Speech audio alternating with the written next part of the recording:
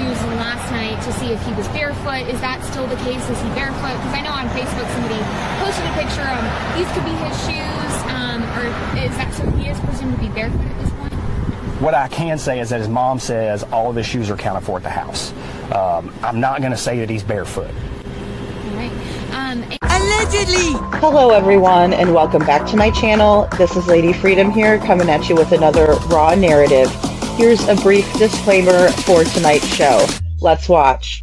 That's ignorant!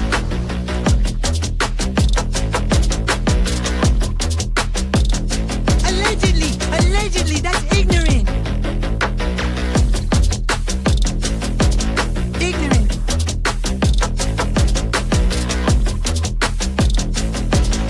Judgment, Alston.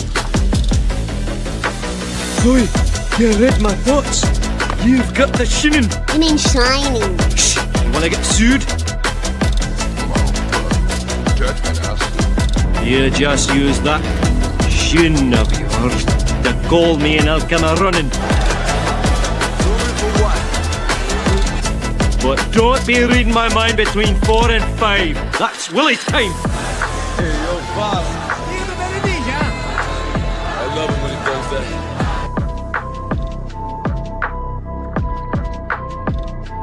Let's watch.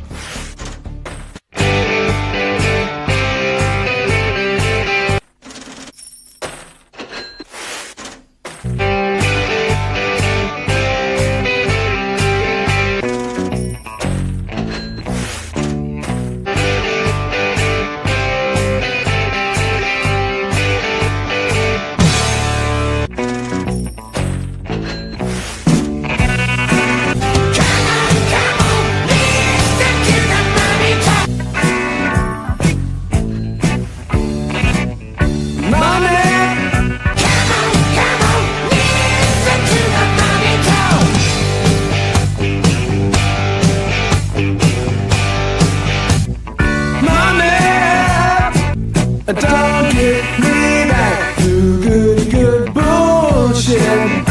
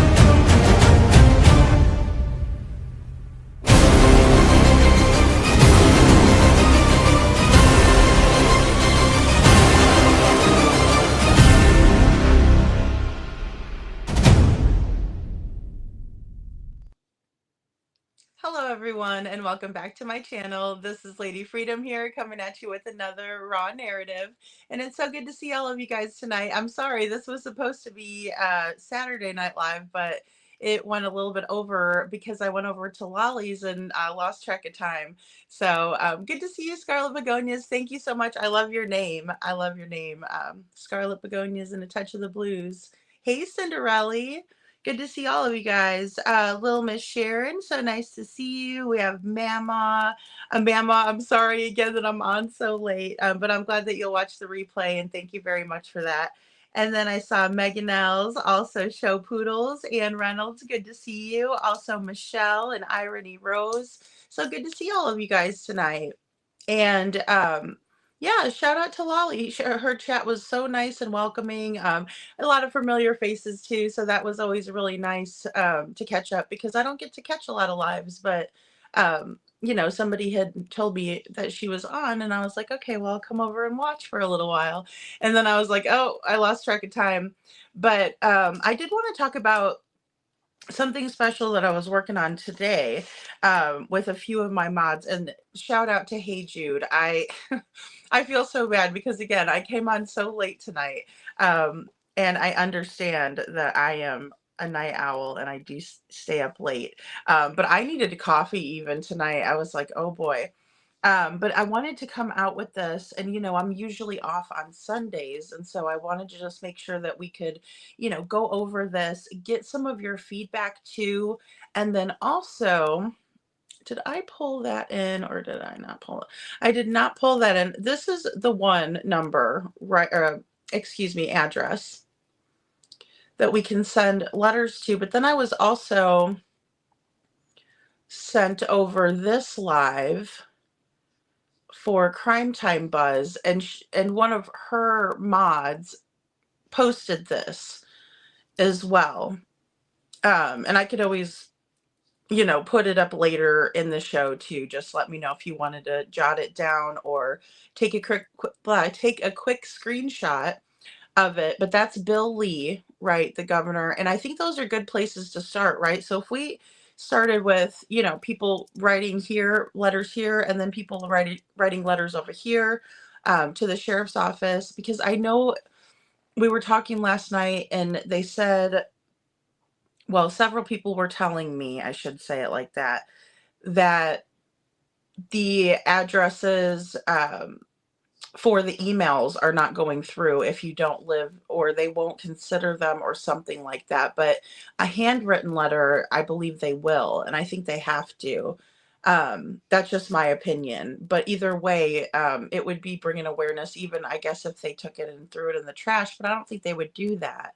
But I think these are good spots to bring some awareness to, right? Some of our questions. And I thought it'd be nice if you all had good questions, that we could submit and then I could read them on the show, or if you want me to read your letter on the show, because that way you'll at least feel heard and we can discuss different topics in the letters, and I just know that you guys are so smart and so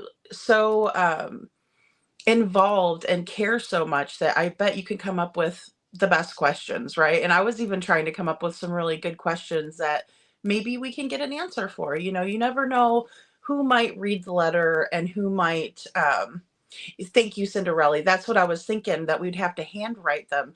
And then I was thinking of the movie Shawshank Redemption, right? Where Andy, has a lot of time on his hands, right? But he's really into trying to put that book project together. And I just thought that would be cool. And I have that up here. We'll watch it in a little bit, but it's just something cool that I think that we can do. And, and I think whenever I've done anything like this, where I've had to write a letter to whom it may concern, right? It doesn't even have to be really long. It can just be like a couple of short questions or a few paragraphs. If you want to tell how you feel or something like that, I think that's even good too. But good questions are always awesome. I mean, one of mine that I probably wouldn't dare ask, but I would wonder about the interrogation, right? Was anybody interrogated in this case? That would be my big question that I probably wouldn't get an answer for, because it's probably, classified information, if you will. Hey, Baba Rose. Hey, Adam Forever 21. Good to see you. I know, and you had a hard. Oh, I'm sorry you had a hard day. I know it was a hot day today. Today it was really hot here. It's cooled down significantly, but during the day, boy, it was hot.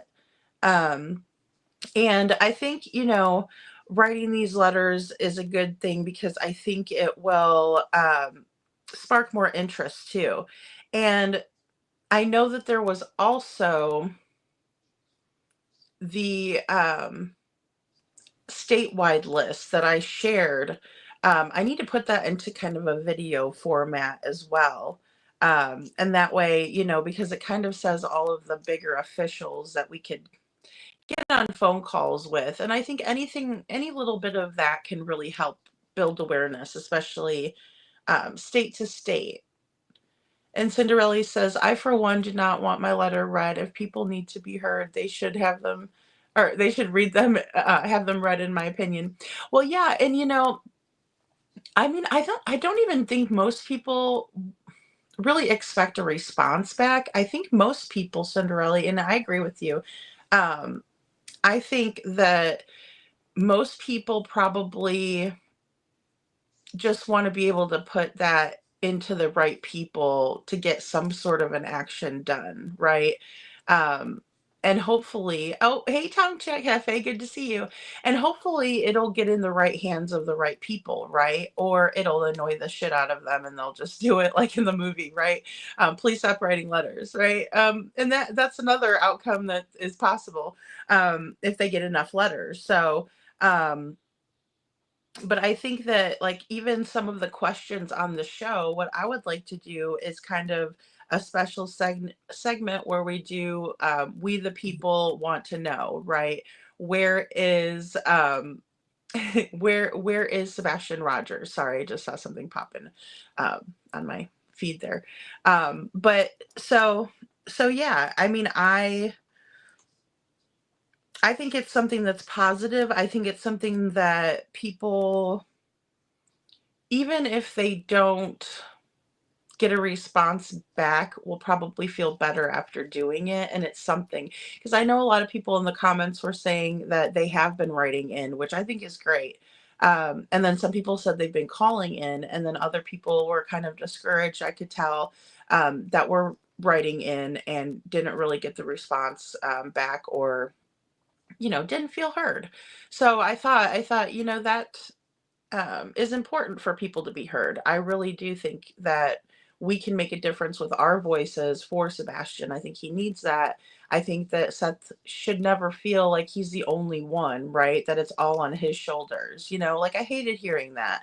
And I thought to myself, well, what can we do to bring Sebastian's case into the spotlight? Like, what can we do to do positive things towards the case, right? Instead of always talking about negativity, there's going to be enough of that for us to talk about. But I think it'd be something positive, and if we put it into like a segment, maybe somebody might hear a good question and maybe they'll want to answer it, or maybe it'll entice someone who is watching who has a background in law enforcement that might pipe in and say, well, that's a good question, but this is really how it is. And I think that's a good thing. And I think that we could use social media in that way better than we can do it when we're just, talking back and forth, or, listening to the nonsense, that we listen to.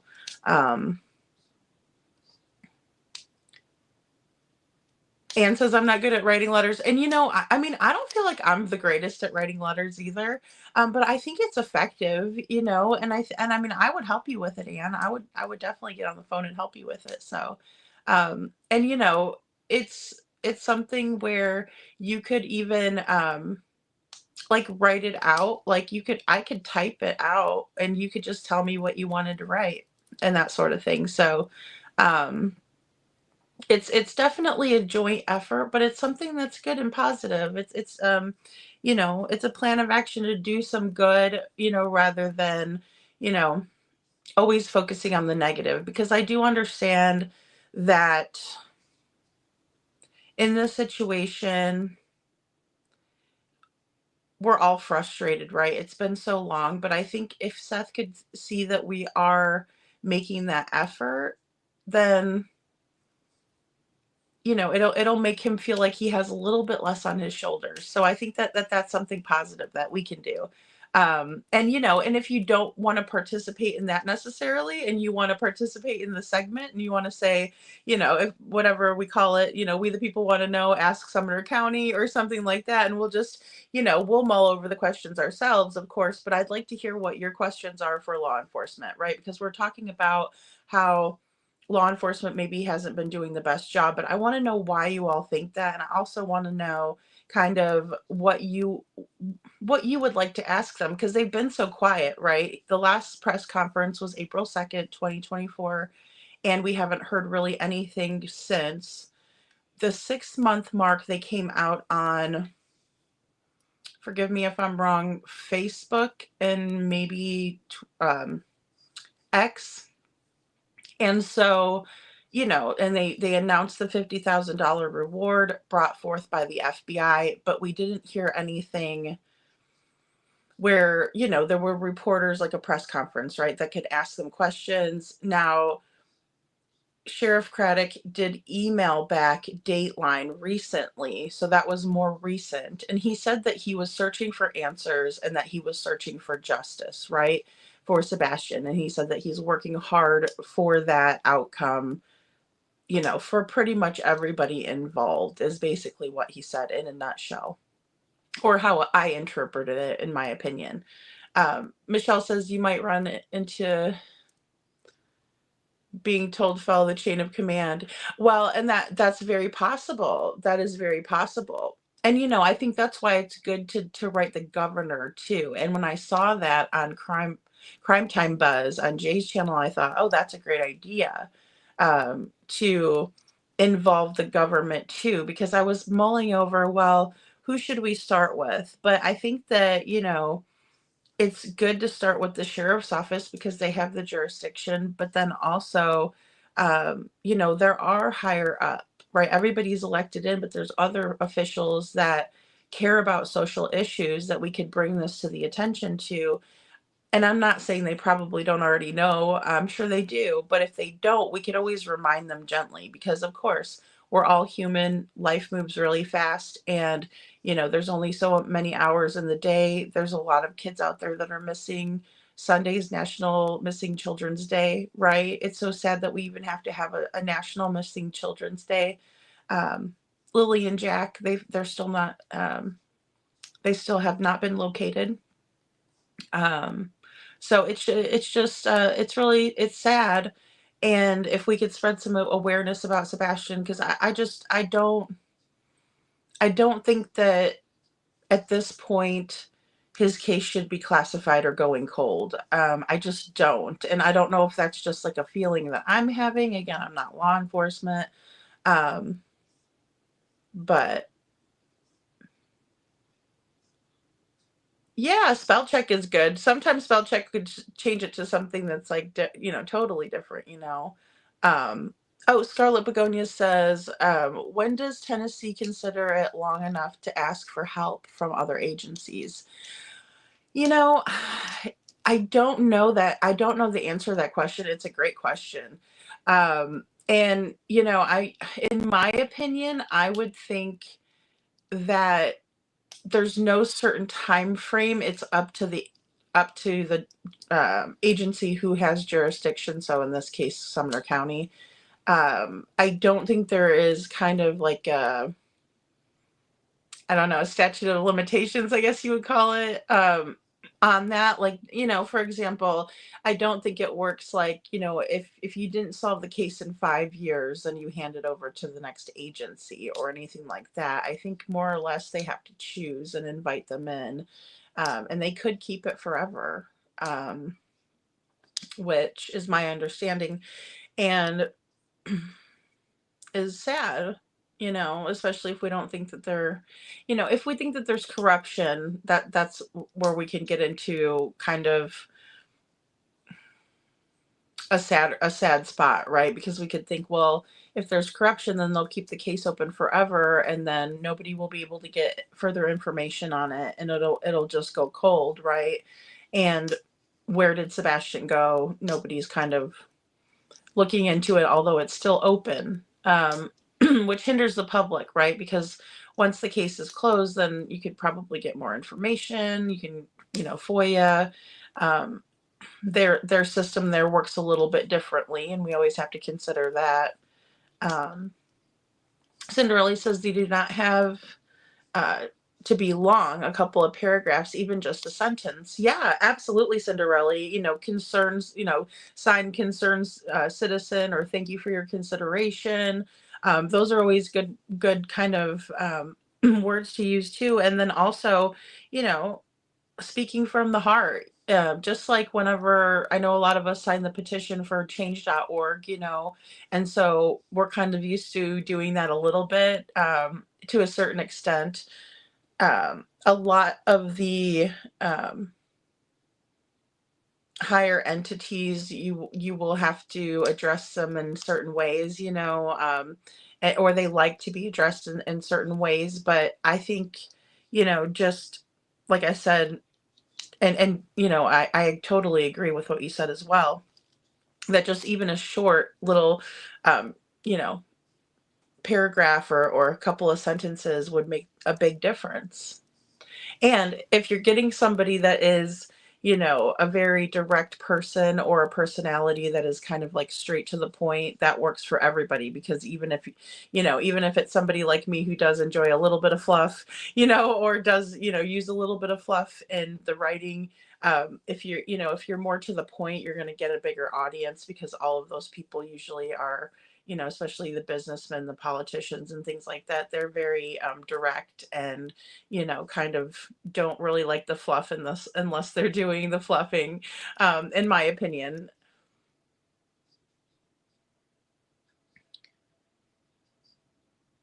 I know, little Miss Sharon. She says, "What is going to take? What is it going to take to get some movement in finding Sebastian?" Yeah, I mean, this is the only thing that I could think of that we could kind of do as a group that would kind of help. And I do believe in peacefully protesting. I think that works as well. Um, in this case, I know it might get a little bit. There might be some, because another thing I caught on Crime Time Buzz was she was mentioning too that even the Judge Roy Blanton, I believe, Ron, excuse me, not Roy, Ron Blanton, right? He was the judge who was originally assigned to Bullhorn Betty's case in Sumner County, and he was being threatened, and so he recused himself from the case. And then they brought in another woman, and she was on, and then ultimately it was all dropped and everything like that. So, but nevertheless, a judge, I mean, people, you would think that you would not, disrespect a judge, right? Like, most people are in their right mind are not going to do that. And I thought that was an interesting point to bring up too. Yeah, in other cases, we have video interrogations. Absolutely, Adam Forever 21. And we also have, in other cases, body worn cameras that we can refer back to, right? We see the parents being brought in for questioning, or, I mean, at this point, maybe they wouldn't bring them in for questioning, but I mean, I don't know.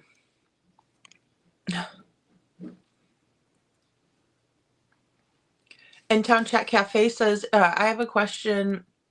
If people that work at places like ARC and private companies, and they sign a contract where they can share information, or where they can't share information about the clients, but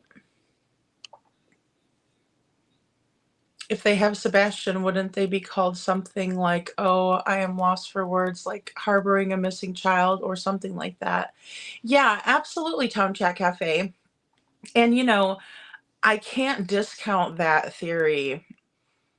I just can't. I can't, because those schools are extremely secretive, and a lot of times they brainwash the parents into thinking that that is the only hope that their child has left, is to go to this school and get the help from the school. The Program is a really great documentary on Netflix to watch. And I told you guys I've been working on trying to get kind of some of that brought in to where I can kind of know the story really well, so I can explain it to you all without showing clips, because Netflix is like really we'll probably have like an Elizabeth Smart experience if we get kicked off. So I don't want to do that. Hey Meow, thank you for being 21. Thank you. And Michelle says, could Seth petition to get information on what has been looked into so far? At least he goes elsewhere. He has paperwork to back him up. Yeah, I mean, I would think that he could go down to the police station, but see, it's the fact that it's still an open investigation, that's why they're not going to give him any information. He's just kind of pleading with them to help him out in terms of when a lead comes in, let's not do double work, right? It'd almost be like if, both of us were working on a puzzle and, I was keeping pieces from you, it would make it so much more difficult for you to put the puzzle together if you didn't have the pieces. But I understand that law enforcement doesn't owe the public anything, and I suppose the parents would fall under that scope. But I just wish that they were assisting him in the search efforts in that regard, right? So he's not doing double time, double the work. That has to be so frustrating, right? It just has to be so frustrating. Michelle says, could Seth, sorry, Michelle, I just read your comment. Hey, Holly S., good to see you. Hey, Puppy Love, good to see you. Good evening, or this morning. I'm on late tonight. And Adam Forever 21 says, I want to know the reason why they're not turning it over. Seth deserves a lot of answers, and they and CPS need a lawsuit. Looks like office abuse, internal affairs. Yeah, a lot of people have been talking about internal affairs lately, seeing if there can be an investigation. I know usually there's a form that you can fill out. And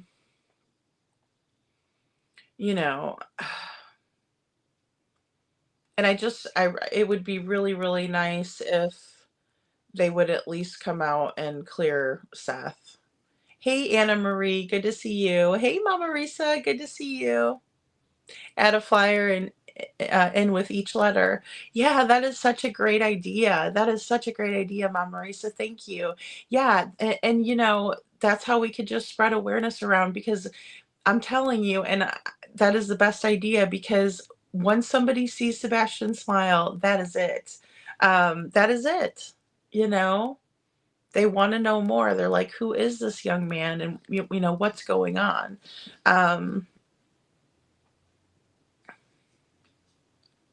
Oh, gosh. Bobby Love says, I wonder if CP's saying something about HIPAA having what you said on his mind.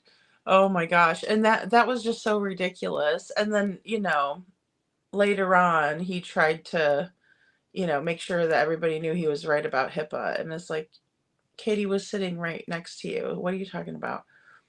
And Cinderella says, I always say I'd like to sorry, Cinderella. I always say like a letter about my Thank you for allowing me to address my concerns, stuff like that. Yeah, those are great words to use. Like, thank you for allowing me to address my concerns. Absolutely. And it just, thanking them in advance for hearing you out and things like that. Absolutely. Thank you, Cinderella. And you catch more, flies with honey than you do with vinegar. So it's always nice to be pleasant, right? And we don't want to ask them anything like, I would never want anybody to think that I would want you guys to do like hate mail to Sumner County. I'm glad that I'm so glad that you said that, Poppy Love. Thank you. And Cinderella. My bad. And, because I don't want people to ever think that that's the campaign that I want you all to do, or that I'm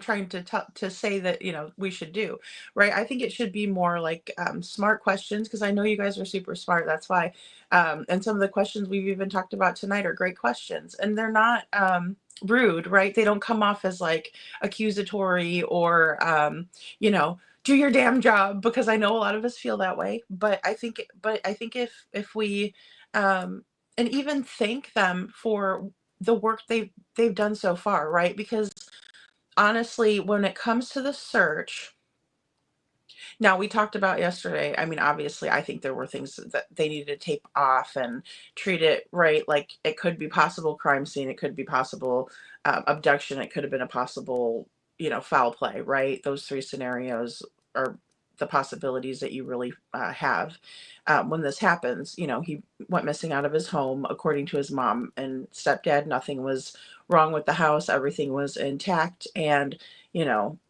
how did he get out of the house, right? That's kind of what we're working with. And so, but you do compromise the integrity of the crime scene when there's a lot of people in and out, of the crime scene. So that with that being said, they had a very swift response as soon as they were notified that Sebastian was missing. But as soon as they found out, they were very swiftly there, right? They are trying to figure out as much information, and then they got boots on the ground. I mean, right away.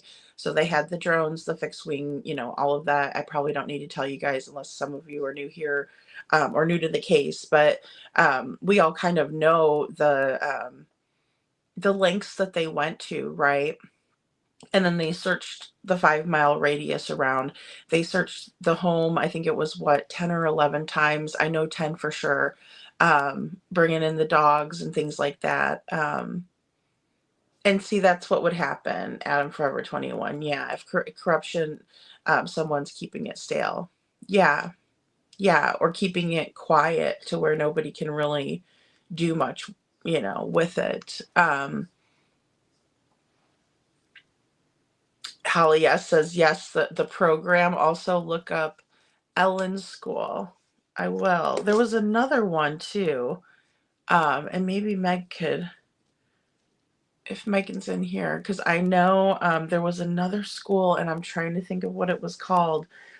But there is like a whole lot of TikTok videos out there with people's stories of ABUSE and just terrible things, and one thing I can think of, in my mind that scares me is, there's high levels of ABUSE in these schools. And not only that, Sebastian would be more at risk having these children who have really bad behavioral problems, and something could have happened there where he got hurt, right? It's a scary thought. So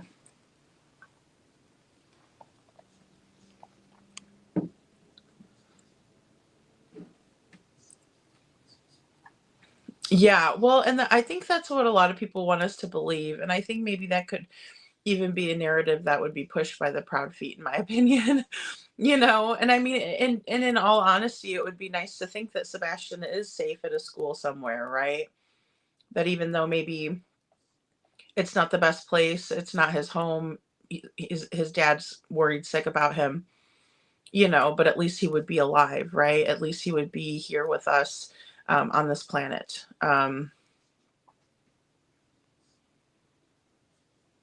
I know, little Miss Sharon, it's scary if a judge can be threatened and worried about, overseeing a case. I mean, that's pretty serious. And I don't know who would ever think that that would be a good idea either. Um, you know, 21 plus 40 says meow. And Show Poodle says Seth has not been cleared. No info shared. Yeah. And then you can't get the resources, right? Of the advocacy that you need when you aren't cleared. it makes it hard, you know.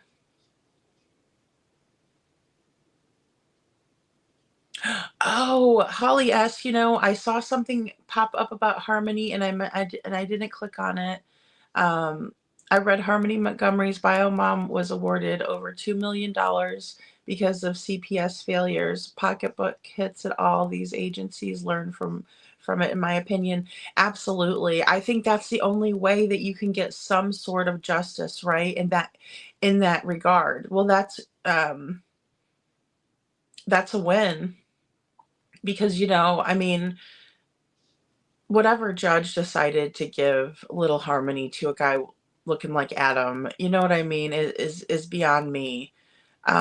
It just really is. That always like flabbergasted me, just seeing that and being like, how could you put her with him? Like he's telling you he's a monster, but you're putting that little beautiful little girl with him. Wow, that's a win though, Holly. And how do they recover from something like that? $2 million. Wow. And I wonder, was that out of Manchester then? Or, that's interesting. Yeah, it's all BS, Adam Forever 2021. I agree. Yeah, it's all excuses. It's like he was literally at the jail that night. I mean, it, mm. See, and that's another frustration. And maybe that could be something that I would write, why haven't you cleared Seth so he can get the resources that he needs, right? Um,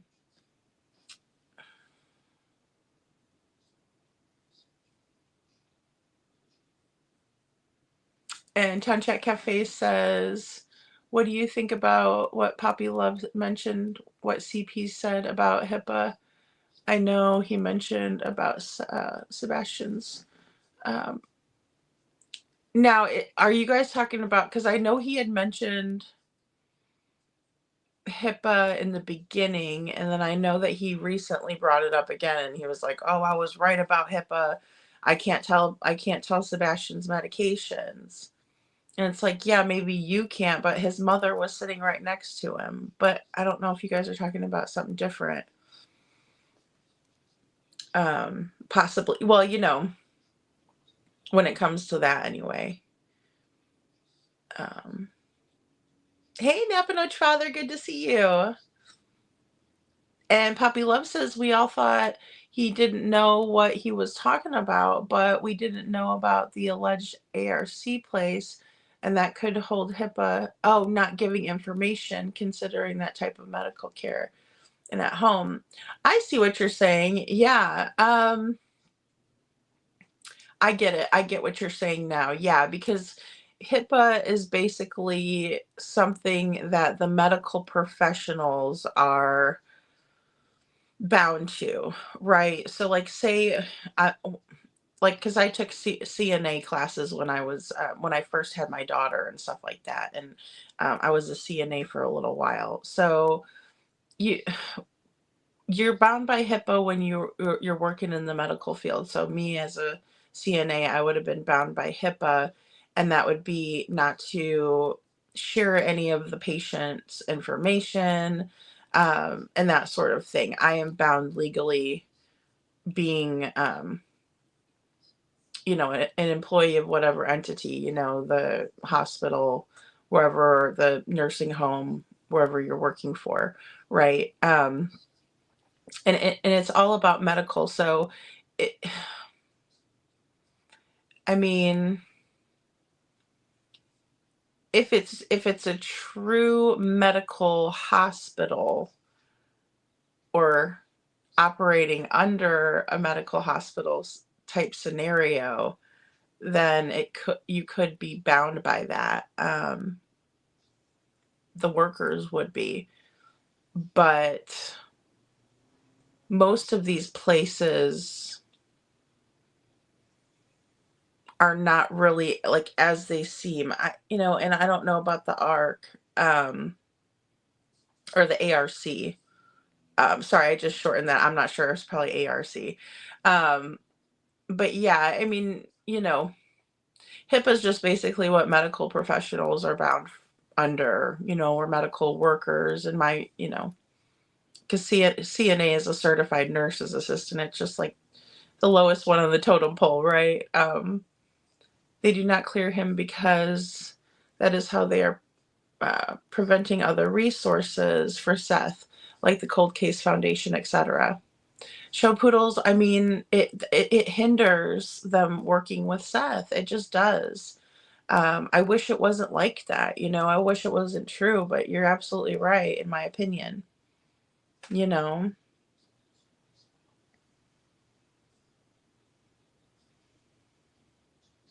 Little Miss Sharon says, "I wonder when you're in danger before or after you're missing." Yeah, that's a great question.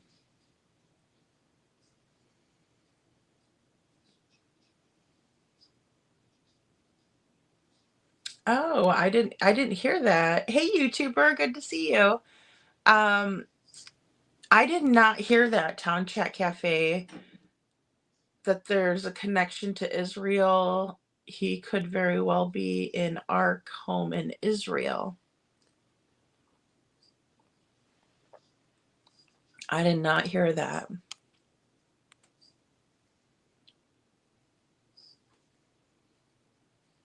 Yeah, I understand that. Adam Forever 21 says they're stringing Seth, and it's obvious it's inside affairs going on. In my opinion, Tennessee has been busted for human trafficking in the chain of justice already. So, in my opinion, it's still actively going on.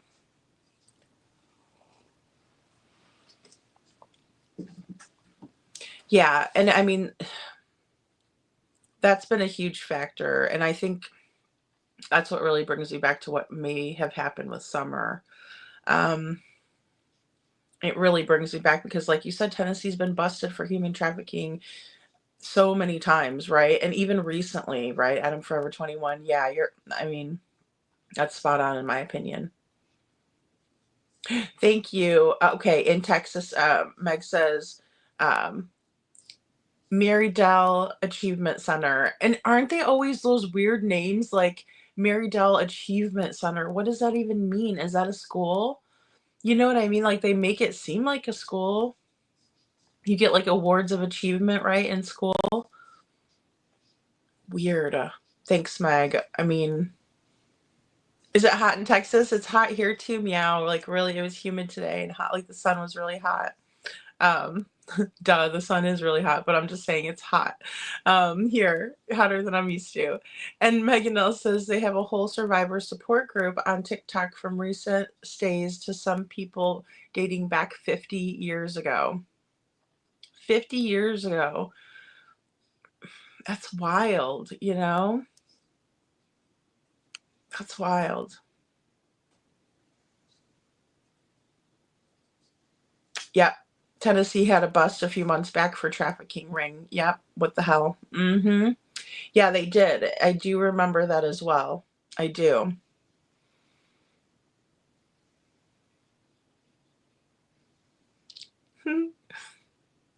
Hey, Terry, good to see you. George Jr. Republic in NYS. Oops, sorry guys. That's the loud air conditioner. Sorry about that. Hey, SI officer, good to see you. Thanks for coming in. Michelle says if you place him in a facility, it's a reality he will be exposed to other patients and would thrive if he was brought up in a home environment his whole life. Regression could become a factor. Yeah, absolutely. Well, it can be very dangerous for him as well. And that's one thing that I have to consider, it just could be very dangerous. And then also him not being in his environment, absolutely. Napanoch Father says today Sebastian is found whether alive or deceased. Lady Freedom's channel will be the first channel that I comment on that it's over finally when the day eventually comes. Aw, thanks Napanoch Father. I appreciate you. And I can't wait for that day to come. I honestly didn't think that this case would be something that was going to drag out the way it has, because I just thought that he would have been found by now. We would have had some sort of clue that would have led us to him. But the fact that we don't, it just makes me feel like somebody's really covered up really, really well. I mean, that's the only thing I can think of. But thank you so much. You're so sweet. That really means a lot to me. Thank you. And Adam says they don't even warn the community or ask for eyes. Well, and that's the thing that's really strange too. I agree. Because usually the police are telling us, to kind of be, vigilant and take a, look out, see something, say something. So they want the community's help typically. And I can understand why Sumner County might not want help from the YouTubers and stuff. I'm sure it's been very, very crazy, right? And I get that part. I can put myself into someone else's shoes and understand that point of view, right? Like if I just put myself in their shoes. But it's that those little parts are weird. Or if they come out and they reassure the community, like, no, there's no one that has been snatching kids up. But you gotta wonder, But again, I just think that would have been caught on camera, right? We would have saw that on camera, either Sebastian leaving or Sebastian being taken. But instead, we just see the lights video, and then there's the flashlight goes back to the house, And Terry DeVoe says the George Agency. Okay, so that's another one. Yeah, I mean, there's so many out there, and I don't even know what to really say because a lot of them have a lot of very unorthodox teachings, right? Or just kind of fanatical ways. I don't really like to be involved in things that are too radical on one end or the other, right? I'm kind of a neutral. I try to be neutral to positive, right? I try not to go over to the negative, but it's tough. It's tough. And Napanudge Father says, tell you what, the day Sebastian is found, Lady Freedom will be the first person. Oh, sorry, I read that one twice. Show Poodles, Justin posted it a while ago, and it's a post, not a shorter video. Sorry, I can't remember the title. And I need to go over and check Justin's channel too, because I haven't been watching as much lately. I've been trying to kind of keep up with all of the other, stories with Lily and Jack, and I still have some of theirs uploaded into the studio here. So,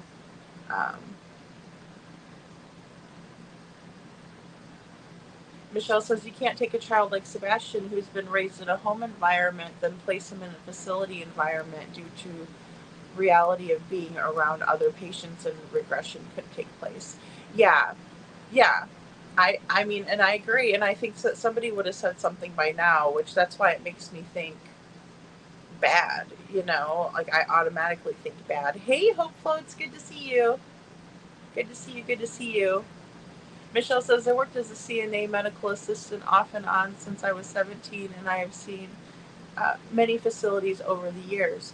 Yeah, and some of them are really great, right? And some of them are not. And of course, it depends on how much money is being spent, I think.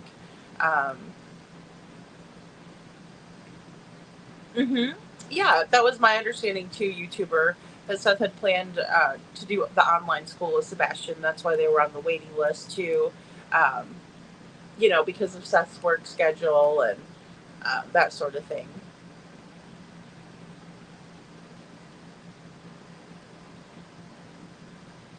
Yeah, I see what you're saying too, SI officer. He needed a proper therapy and in proper timing, and CPS, everyone failed him, and he needs to be found. I believe, in my opinion, Foot despised Sebastian. Yeah, I do too. No doubt about it. And I think he was angry with him before all of this happened, right? Because of what was looming over with the CPS, and because Sebastian was going to counseling. they are supposed to keep some of that confidential, but with Sebastian being a minor, they may have been telling Katie things that they found to be concerning, and then she was going back and telling Chris. And I fear that as well, right? Because that builds tension and issues and problems that could really have caused something major to happen, either intentionally, which unfortunately I think could be the case, or accidentally, right? Just the frustration building and then somebody snaps, right? Because I know some people think that way, and I can't discount it. I mean, I just really can't. Thanks, snapping out your father. Thank you. And I think the hip is bogus. I think so. Adam Forever 21. Absolutely. I think the hip is bogus. Yeah, because it was basically kind of used as one of those things, in my opinion, where Chris was acting like he was smarter than the rest of us, right? Not realizing that many of us, have been nurses, or, I know a lot of you have been nurses for like years and years, right? I took the classes and did it, and, it wasn't my thing. And it takes a very special person to be a nurse. It just does. They work hard. When my mom was sick with cancer, I'll tell you, the nurses were the ones that did all the work. And I realized that, I was like, wow, this is amazing, and some of the best people, and the doctors were great too, but the nurses really worked their butt off, Oh, you do, Cherry? Cherry says we have an ARC in New York. Yeah, and that other one was located, in Pennsylvania, I believe? The one that Lolly was talking about.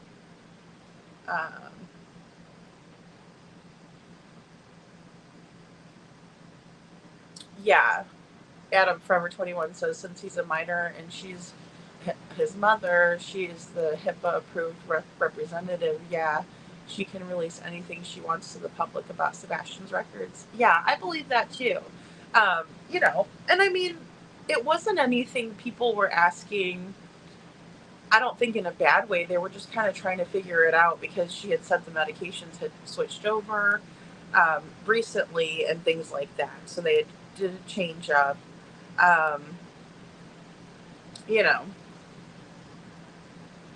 There's just so many things that don't add up.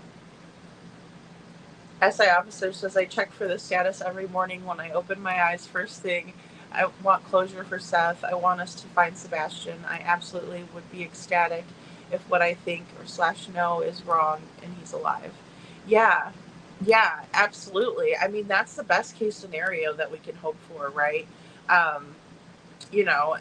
And I was saying earlier, my favorite scene in the Shawshank Redemption is when Andy is telling, Red about hope, right? And kind of because Red's like, well, hope is nothing in here. Like, what do we need hope for? That's stupid for you to still have hope. You should be hopeless, right? Because you're never going to get out of here, basically, right? And Andy's like, no, that's what, that's not the way to really look at it, right? And there's certain things that people can't steal from you, like hope, right? That's something that's personal. Kind of like music, what he was saying about music. But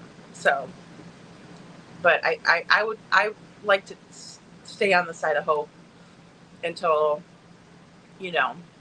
there is none left. But that's just me.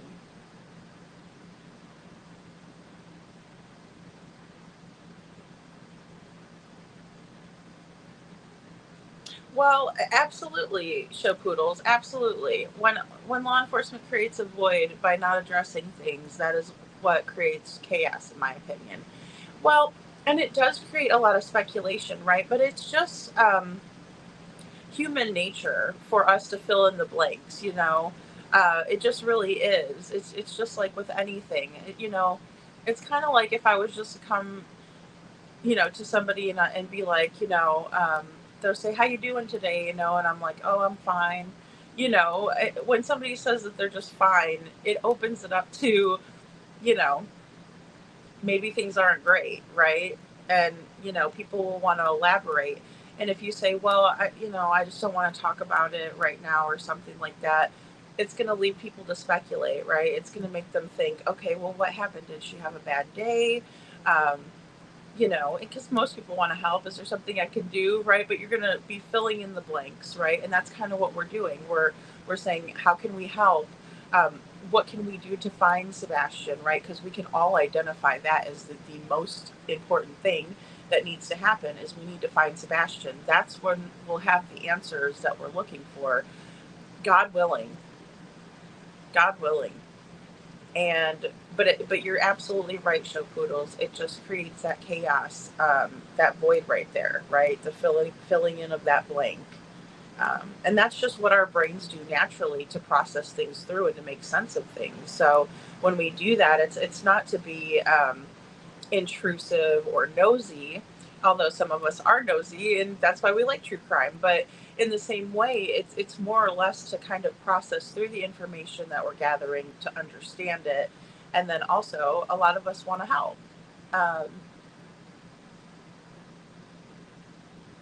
Yeah, exactly, YouTuber. And that's why it took so long for poor Seth to be able to have Sebastian move in with him. And he was on a waiting list for the online school. Yeah, and then they had just opened up a spot,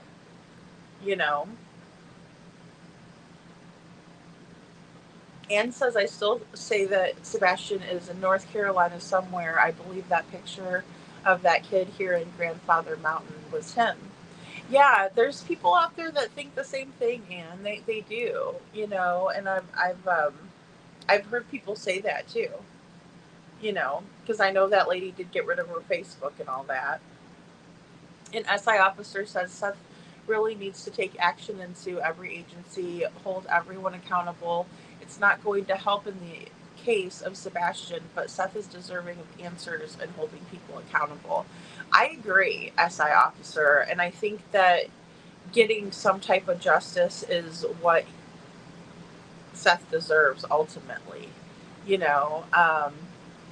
really does. I think that that's something that is going to have to come into heavy consideration. I agree, because he does deserve it, and Sebastian deserves it. Hey, Jules, good to see you. Good to see you. Sorry, guys, I just lost myself. Oh, there we go. Okay.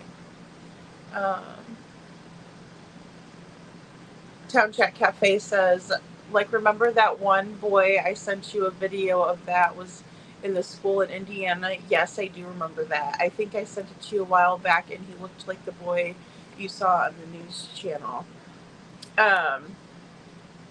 Was it the one from Missouri? Gosh, that kid looked so much like him, but younger, But yeah, I do remember that. And even the most recent one in Virginia was pretty close, in my opinion, but I also didn't think that was a proper match. Unfortunately, I wish it was. And as disappointed as I get whenever it's not a match, or I don't think it's Sebastian, but somebody says there's a sighting. I can't imagine how Seth must feel, and even, Katie. So,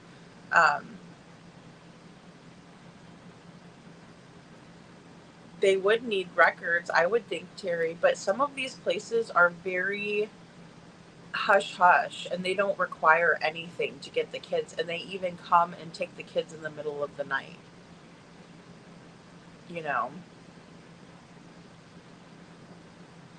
And that's where the flashlight video could come in for me as well, So, good to see you, Jules. Good to see you. Thank you for being here. So, yeah, I mean,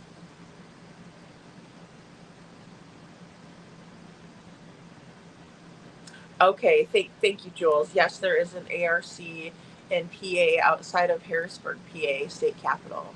Wow, interesting. Thank you. That's what I was thinking that they said it was, but I wasn't sure. I was like, did they say Pennsylvania? Seth can have a lawyer look into these places. I hope Seth needs a break. Oh, absolutely. Absolutely. Me too. Me too. Really well said, Terry. I agree.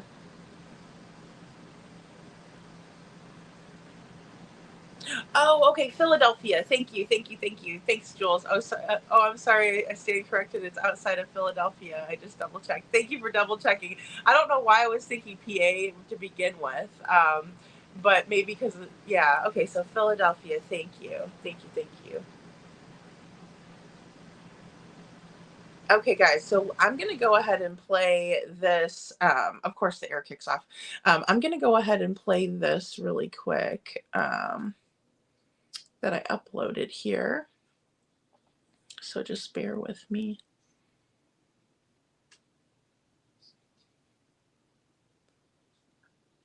It has been 453 days since now 16-year-old Sebastian Rogers vanished from his home in Hendersonville. Sebastian's biological father, Seth Rogers, was deeply frustrated when he spoke with me. He fears the case is going cold. My son's been missing for 15 months, and they don't care. Sebastian disappeared in February last year. He was just 15 years old. Okay, Dragon Tribe, Lady Freedom here, coming at you with another raw narrative. I need your help. A call to action, a letter writing campaign. Seth needs our help. There's a right way to do things and a wrong way to do things. Let's watch. Come on, he's ignoring you. Yes, he is. Officer, roll down your window! I need your help, please. I just want to get his attention. Really? While I'm driving, having to music in my hands. Oh, beer! Idiot.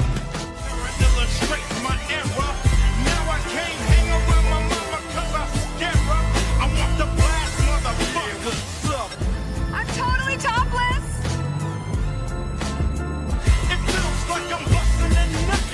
I don't care.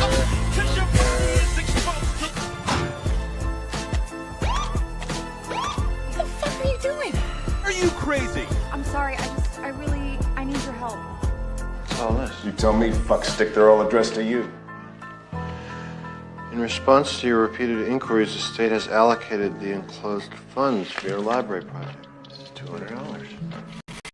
We now consider the matter closed. Please stop sending us letters. And with all this, it only took 6 years.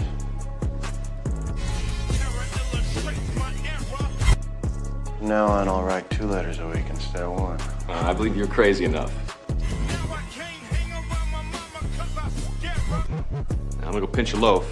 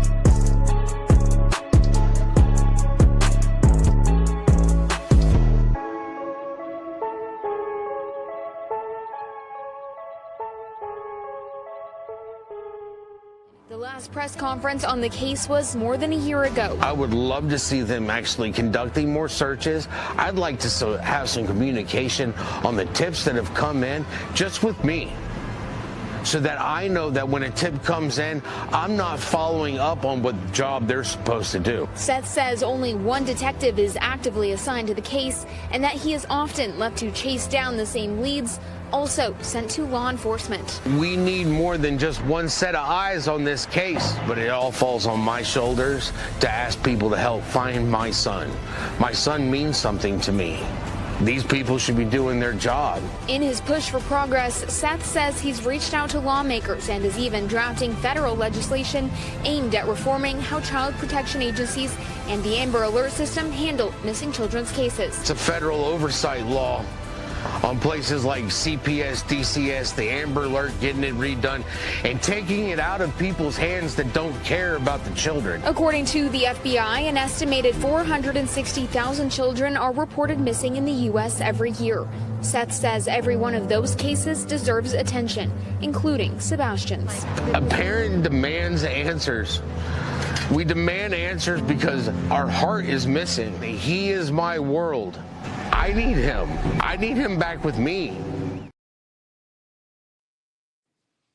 Okay, guys, so a little bit of silliness in the beginning there, but you know, I wish we could go full on gangsta, you know, right up on Craddock. You know, and I mean, I think a lot of people out there would love to have an interview with Craddock, right, and ask him some questions. But I think it's something that we could do, writing letters, you know. Absolutely.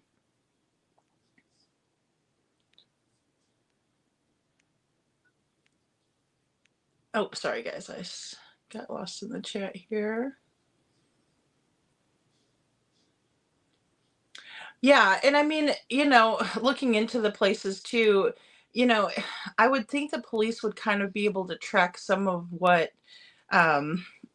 some of the goings on prior to Sebastian's disappearance, you know.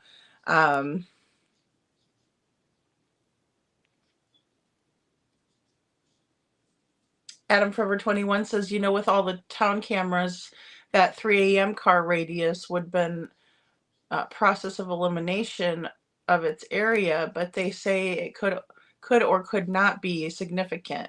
Yeah, my ass. Yeah, Adam Forever 21, I agree. You know, and I mean, if the light source didn't go back to where it came from, I might think something different.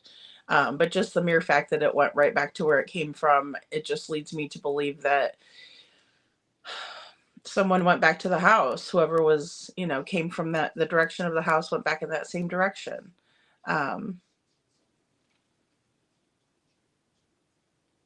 Show Poodle says, didn't the Proudfoot show up in Louisiana early in the timeline for work for CP? There are 3 ARC group homes within 60 miles of each other here. Oh, wow. I don't know. I don't remember hearing that, but that's interesting that there's 3 group homes within 60 miles of each other. Wow. That's interesting, Show Poodles.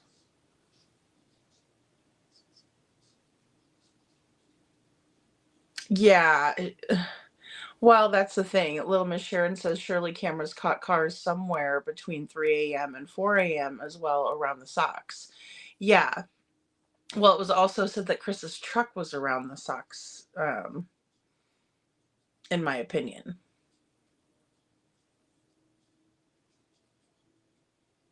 He did look like him, Town Chat Cafe. ARC schools are all over the state of PA too, really? Okay, so maybe that's where I heard it. I don't know. Sometimes I'll just get it in my head, you know, and I'll think I heard that one. I'm, oh, okay, never mind, it wasn't that one. Wow, let's see. It sounds like there are a lot of them everywhere, you know. Little Miss Sharon. To the party music, Jules. That's funny. That's funny. She says, I walked out for a second to take K9 Gator out and came back to party music. Yeah, I tried to do like a little bit of a funny, you know, I'm like the right way to do it, the wrong way to do it kind of a thing. It reminded me of that movie Bridesmaids. Oh my gosh. Hell yes. You know, I wish I was a van lifer and I would go hang around the church and town for a while and just quietly see what I could hear and find out. Town Chat, go covert mission. Yeah, I mean, you know, it's just odd how many local people kind of are involved and then, kind of oppositionally involved. Yes, exactly. Godspeed, Seth. Oh gosh. And I just don't want him to feel like it's all on his shoulders because, oh, pizza run, little Miss Sharon.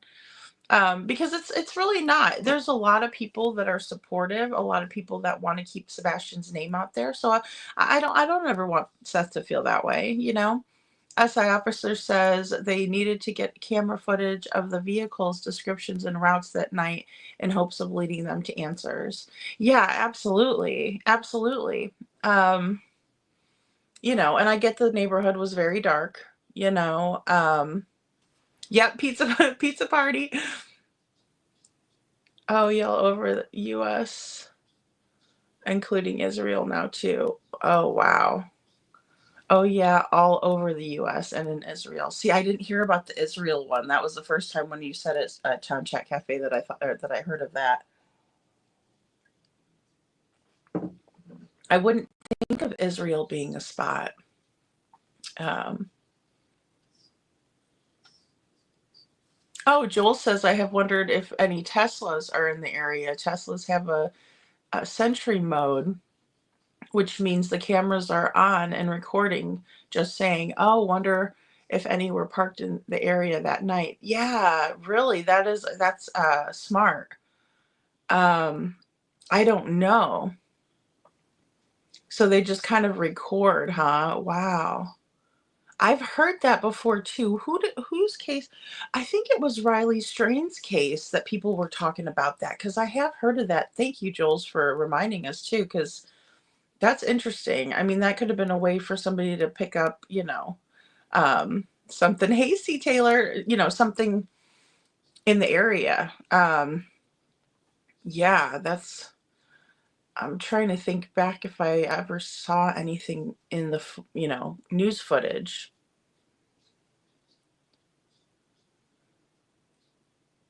Oh, show poodles, that's funny.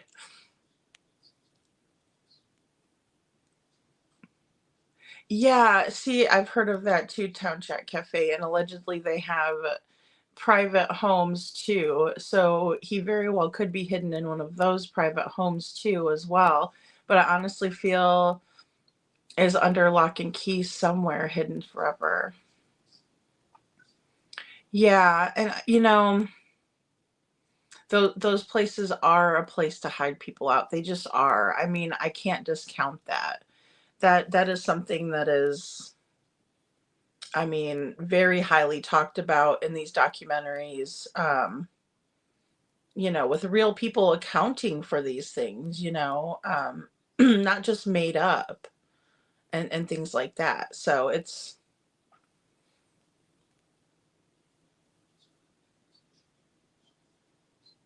okay, SI officer says show poodles he did work in Louisiana, or so it was stated. Yeah, because I don't remember him saying anything about Louisiana, or, I don't remember it being said, but then again, I haven't heard everything that's out there either. Um, so thank you, SI officer, for confirming that. C. Taylor says, true, my sister has a Tesla. Yeah, yeah, and I heard about that too before, and I mean, that's really handy to get, you know. I mean, and that's what's crazy is that there being no footage. I mean, because like there's cameras everywhere. Like Maman was saying last night, we played her clip. They caught everything except for Sebastian, right?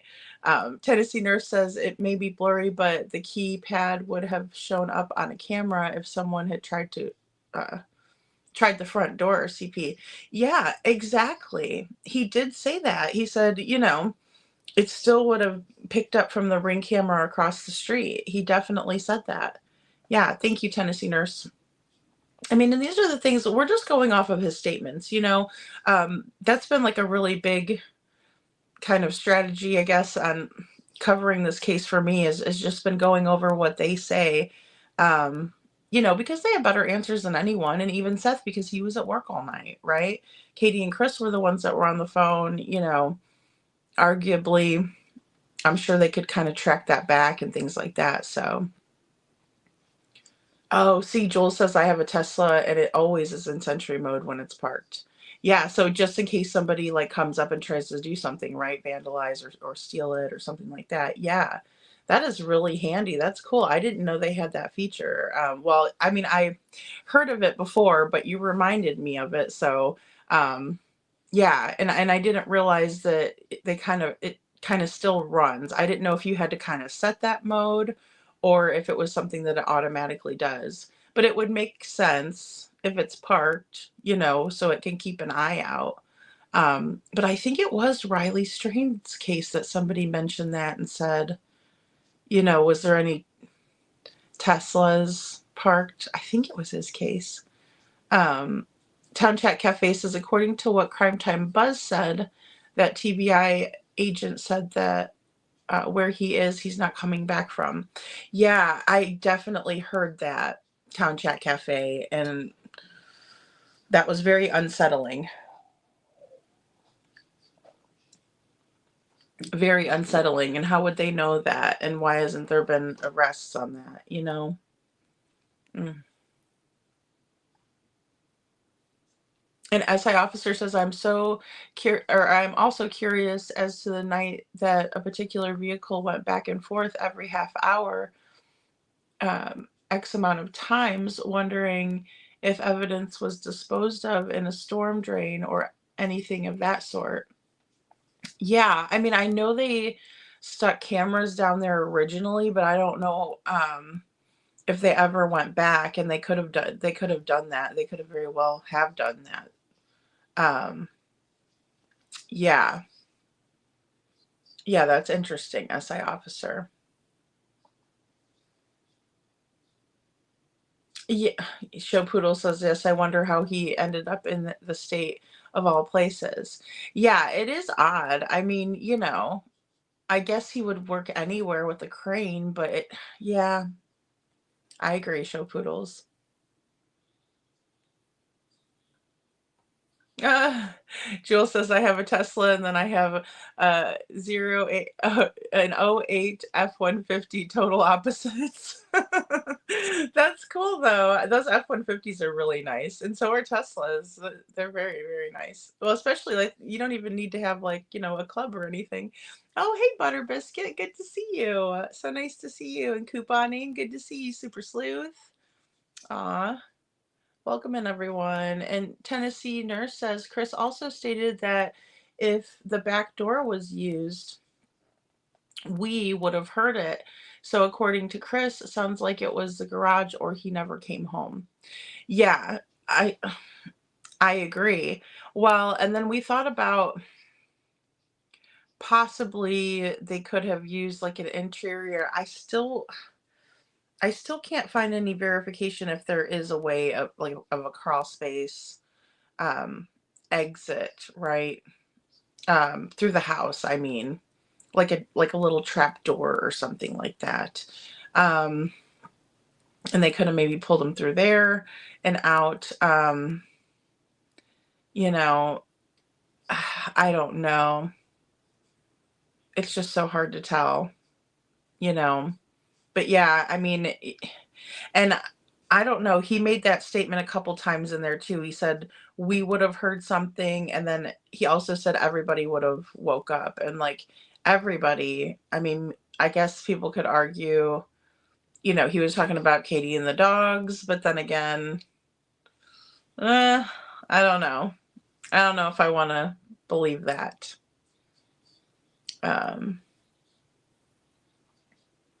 Okay, so you do have to set it. You do have to set it. K9 Captain Joel says you have to set it to the Sentry mode when parked yourself. If you're driving your Tesla, it automatically is on. Oh, okay.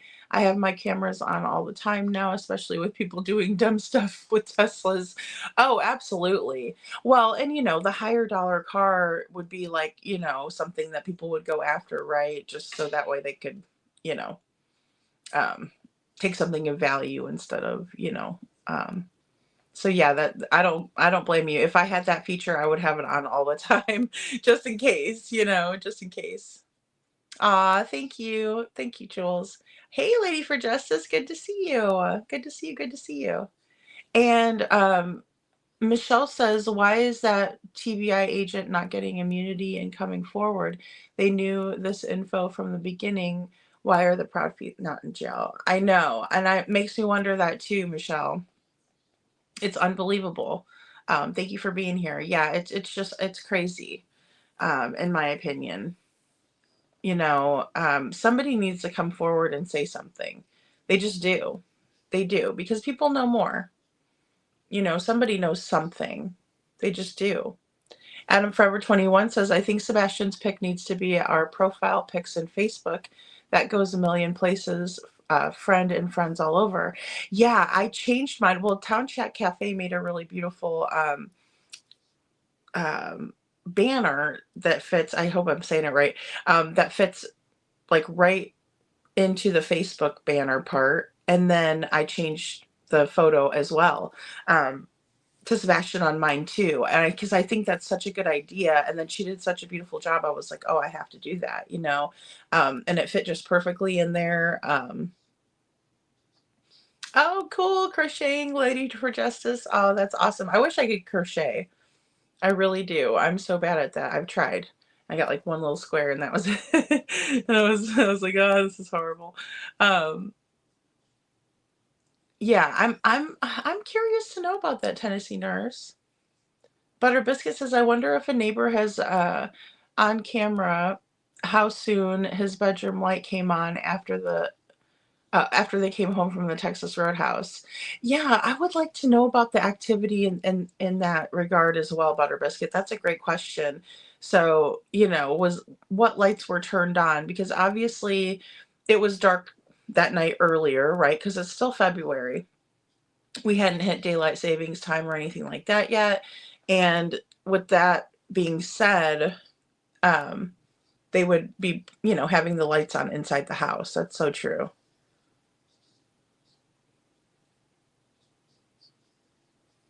Well, and they are. Those documents are easy to fake. We've seen it happen plenty of times. Yeah, absolutely. And those schools are not very, they're, it's more or less just like, if you can pay for it, they're okay with it. Basically, if you can pay for the schooling, then they're not really gonna, say anything, and they'll keep it secretive, is the scary part.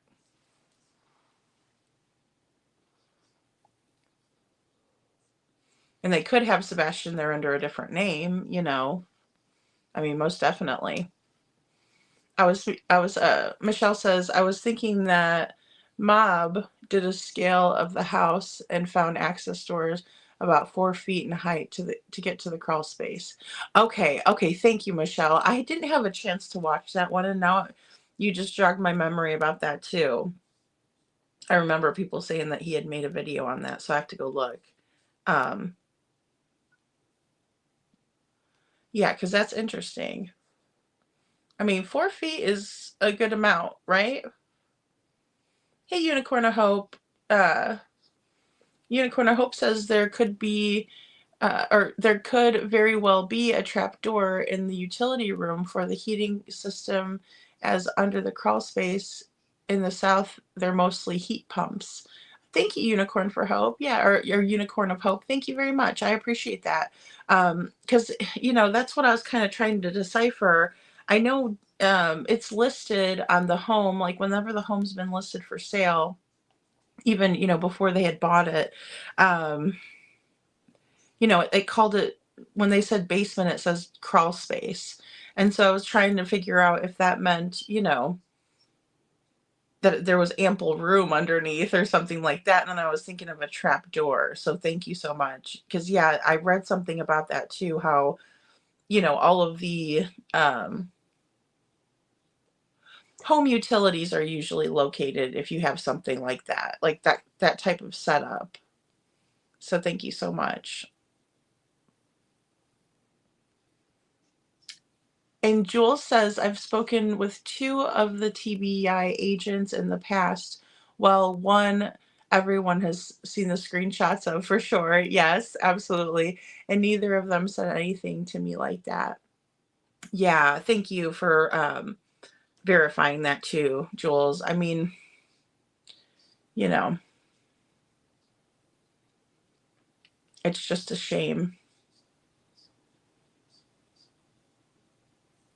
Town Chat Cafe says, in my opinion, I am still doubt 50-50 that he even came home from the Texas Roadhouse, because in my opinion, it was Katie that took out the trash to make it look like Sebastian, and the flashlights could have been to meet up and give them stuff. Yeah, I know a lot of people think that too. Mm-hmm. Yeah, like it was like a bag of his personal items, right? Or personal effects that they were carrying through. Hey, Carla, good to see you. Oh, I'm glad that you're home safe from work. Meg says, I believe that they had security system in their home and that the doors were connected with a noise if opened. I'm also going to write to Sumner County asking them to give Sebastian's case to the FBI. Thank you, Meg. And that's another great point and another great reason to write. I mean, you know, I think that's important too, because I am in agreement, and I had a lot of comments too on the video from earlier, and people saying that they would really appreciate it if they would just give it up to the FBI, and you know, I had to agree. Absolutely. You know, at a certain point, I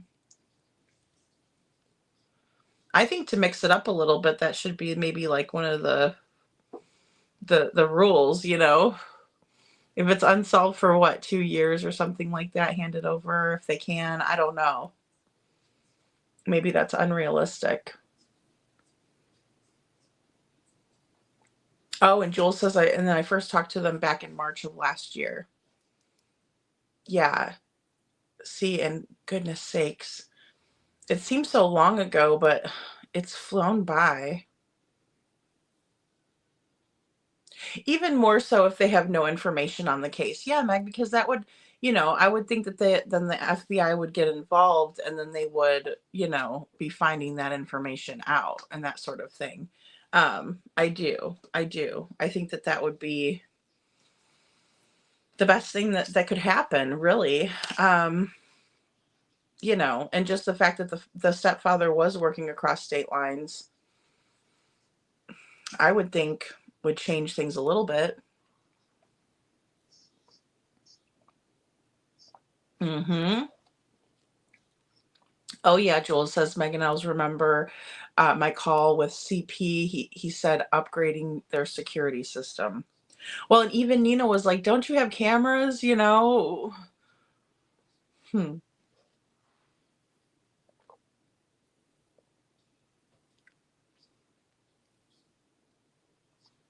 Yeah. Town Chat said, Michelle Scott, yes, I agree. And I believe that officer that lives behind them knows more too. I think so too. Yeah. And he had the best security system, allegedly. Hey, Peggy, good to see you. And TN Nurse says, I've also spoken to them, K9 Captain Jules, and agree. Same here. I'm focused, which happens often. Or I'm confused, which happens often. Well, and you know, this case has been really confusing. And I know earlier, you know, we were kind of talking in another chat, and I was like, you know, I just think all of this really started back when Chris and Katie decided to go on the Krama channels, you know, because I know that most Krama channels, you know, most of them will say, hey, I don't do true crime, I'm Krama, right? And I think that's a big distinction when it comes to true crime versus Krama. Just my opinion, but I think, you know, that's where we're seeing kind of that major disconnect, because we're seeing, you know, Chris going on all those panels and deliberately going on Krama instead of a true crime, you know, like a person who you would, you know, look to for advice, like the Cold Case Foundation is one off the top of my head, or you have, just so many different resources. I mean, how many times has Deception Detective invited Chris to come, speak with him and things like that? It was an open invitation. And so, you know, I think that's really where the trauma was introduced to the case, right? Just very early on, in my opinion. Hey, Cal Gal says, so a TBI agent said where he's not coming, where he is, he's not coming back from. That's what Crime Time Buzz was alleging. Yeah, there's a 10-minute video that she did. And I was going to pull it in, and I completely forgot about it just because Seth had come on, and then I was thinking, what can we do? And what can we do on the show to kind of keep it going and to help people feel like their voices are being heard, right? Or their questions are being heard publicly, right? Because I don't mind asking those questions here. You don't even have to tell me, you know, you can be anonymous and I just read the questions off just for the segment. But it's just something that I thought we can all be interactive with it. And then, like I said, people who are afraid that maybe their letter won't be opened or their letter won't be read, at least we can read it here. And, I just think it helps a lot. It'd make me feel better. And I'm definitely going to share my letter and my questions. I'm still trying to come up with really good ones because I know you guys are going to beat me on this. I know that you guys are going to come up with way better questions than me. So I'm just interested to see what you all want to ask. What do we want to know as the public, right? What do we, the people, want to ask? And where is Sebastian? I know that's the biggest question. And Butter Biscuit says, what room did he put his clothes on for bed? Katie knew what he was wearing, and he would have had to have his bedroom light on before he went to bed. Yeah, absolutely. Because it was super dark, right? 9 o'clock was his bedtime. So yeah, he would have had to have had his light on. Yeah. Yeah, Katie knew what he was wearing, allegedly. And she never did call that in and change it. There's 4 major news outlets that were covering Sebastian's case, or that could have been covering, and they failed to come out and change the description on the clothing until they were on the internet. Yep. Megan L says, and K9, yes, and the Ring doorbell would have picked up the person at the door. Yeah, absolutely. Absolutely. And that's straight from, their mouth too, the homeowners, Chris and Katie, or mainly Chris in that situation.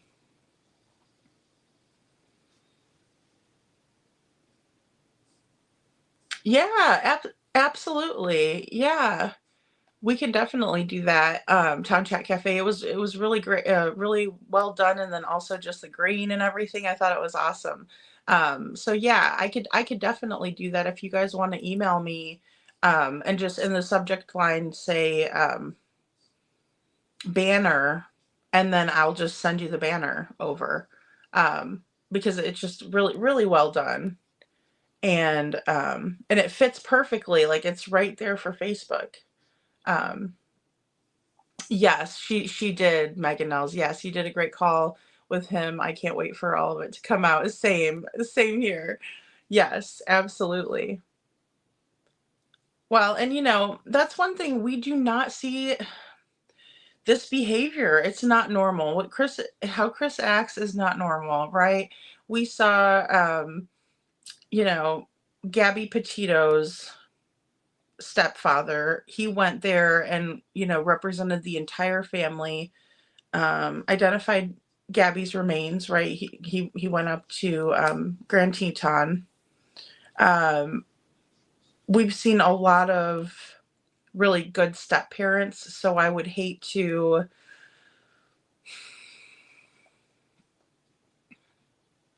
I would really hate to say, oh, it's a step parent thing, right? I mean, yes, it is a risk factor when there's a non-biological parent in the home, no doubt. But I know, and I've heard from a lot of you too that say, there's a lot of good step parents out there and different things, but we just don't see this. And even Daniel Martell is a really good example of a stepdad that, he came out, he said his piece, he was searching, he was interrogated.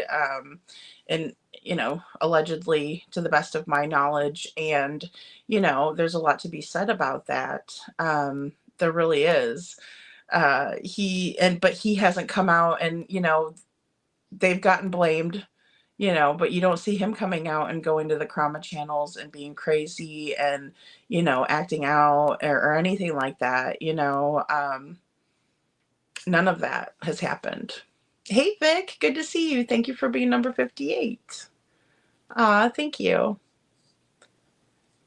Did Seth ask the TBI what he meant by where he's at? He won't be coming back. I don't know. That's a good question.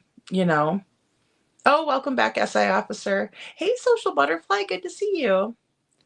Tennessee nurse says, according to the neighbor, it was his bedroom and the den/dining area. Allegedly, Katie's silhouette was shown as well. I believe there is footage the public has not seen. I agree with that, Tennessee nurse. And I do think you're right, because I do remember Bobby recounting that. And also, wasn't it Katie's silhouette like in the bedroom, or was it in the kitchen? I don't know why I'm getting that mixed up.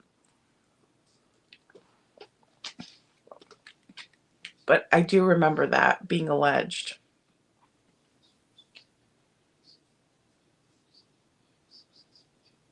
Oh, okay. Town Chat Cafe says, if you email the pic you think is best, I can change it out and then we can use that one to share with everyone. Okay, cool. Yeah. I think the one that you did was so great, but yeah, absolutely. Absolutely. Because I changed that. I think it was probably like a month and a half ago now. It's been a little while since I changed it over. But I like having it up there because, like you said, it does spread awareness. And Joel says, Tennessee nurse, I can't see either one of them say that. It could have been a different one. We've probably spoken to at least one of the same ones. Yeah, and I know that Seth was saying that there was one detective on the case, and I was guessing he was meaning Brandon Carter. Butter Biscuit says, if Chris made Katie pay for all of Sebastian's needs, Chris wouldn't help pay to hide him in a school. That's a great point, Butter Biscuit. I can't argue that, really. I mean, yeah. Yeah.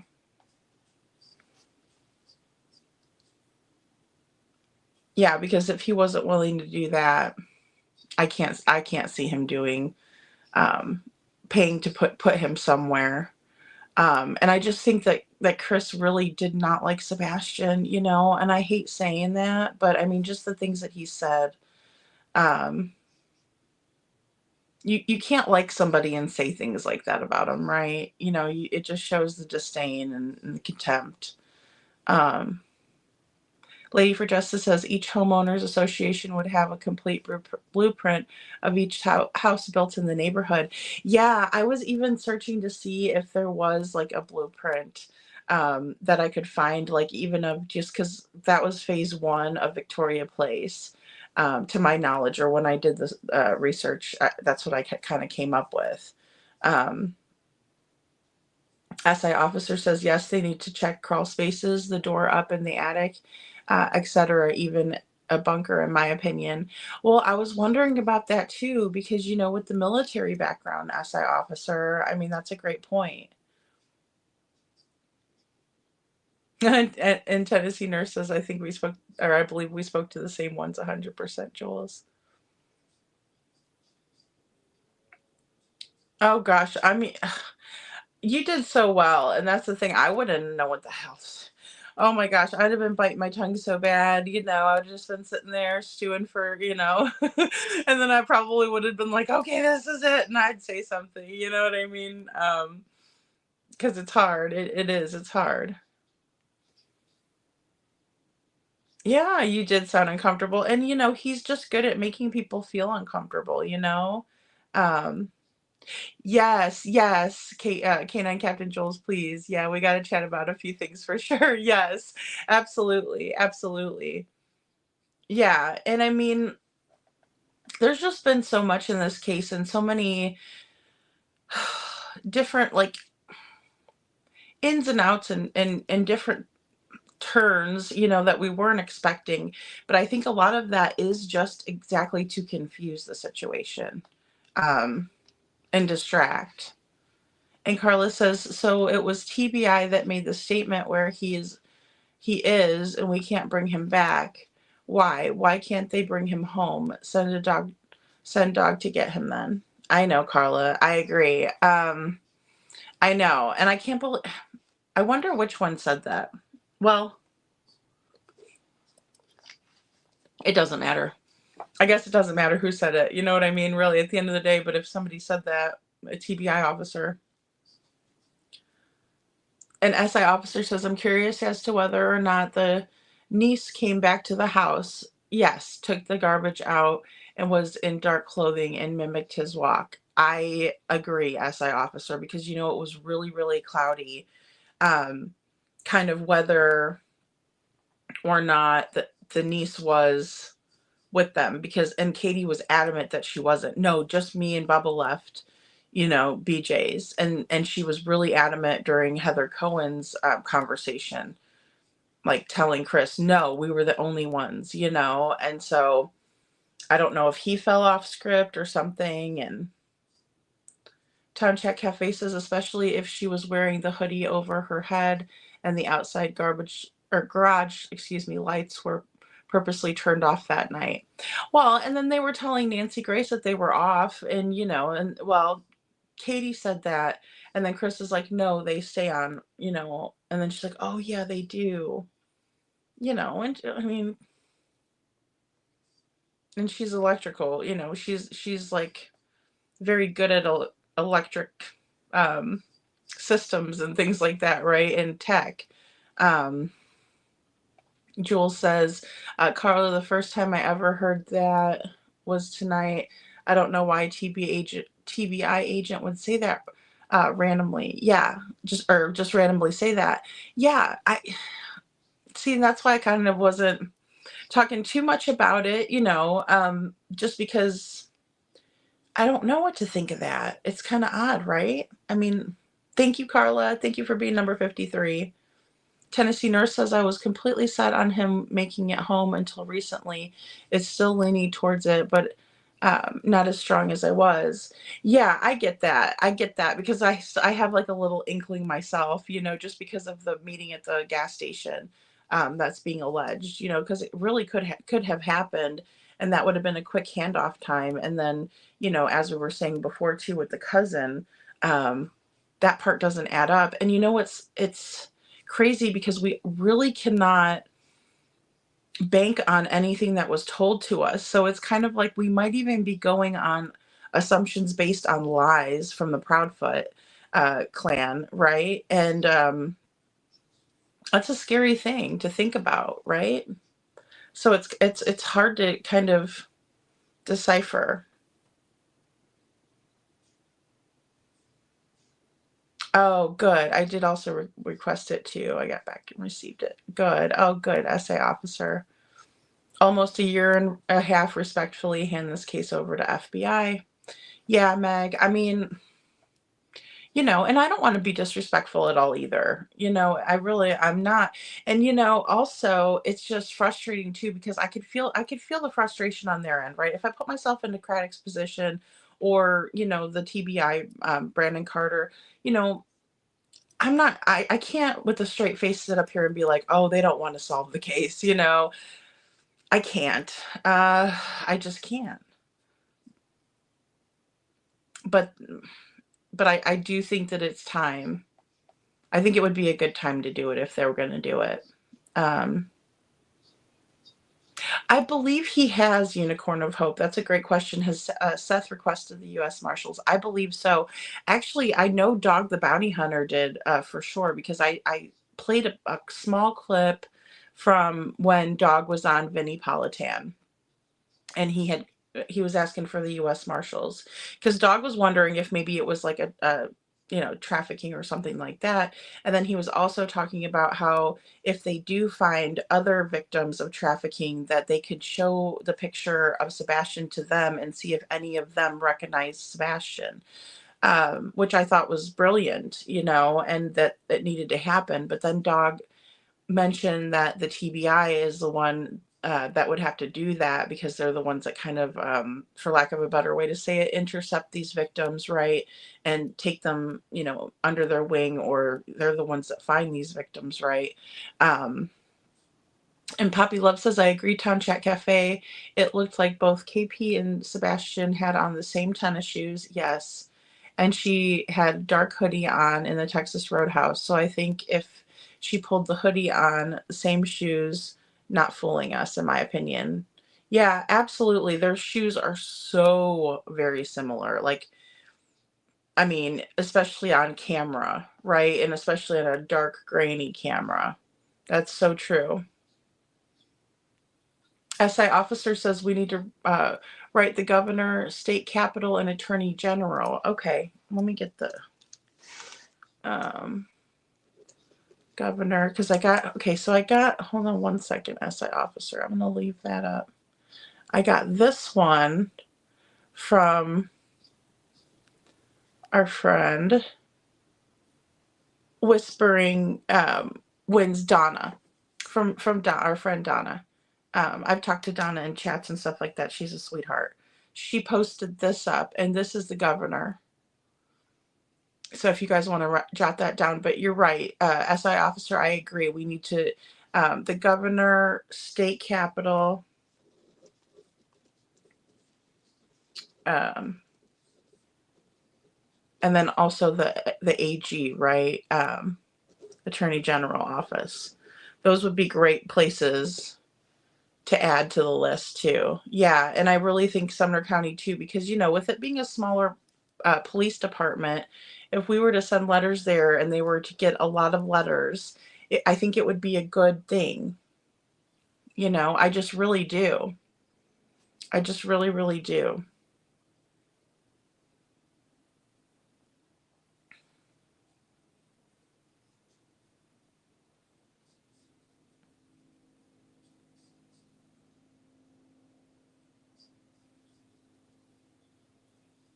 And Social Butterfly says, but KP told the neighbor Sebastian was still awake at 11:30. Yeah, I agree with that too, Social Butterfly. And that was another one, another discrepancy, because they also told mainstream media the same thing too. But they said midnight in that article, and I tried to call mainstream media for verification on that, and I was unable to get verification on that. And then this is also another one for the governor, guys. In my opinion, we need in my opinion, SI officer says, we as our Sebastian's army would have this case solved already if we had a gathering. Yeah, well, I agree with that too, SI officer. I think that makes a big difference. I really do. I really do.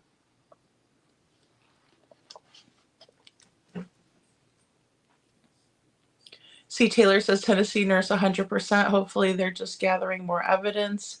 They have to have the evidence to try the case and win it. Yeah, that's a great point, C. Taylor. They have one chance to get it right.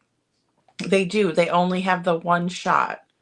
The one bite at the apple. And they had better make it good, especially because it's a high profile case. So I agree, C. Taylor. That is very important to keep in mind when we discuss this, because that is something that I would believe would be on the forefront of Sumner County's minds, right? They know that. They understand that. And yeah, absolutely. Thank you for, reminding us of that. And Social Butterfly says it has to be way before 6:03 a.m.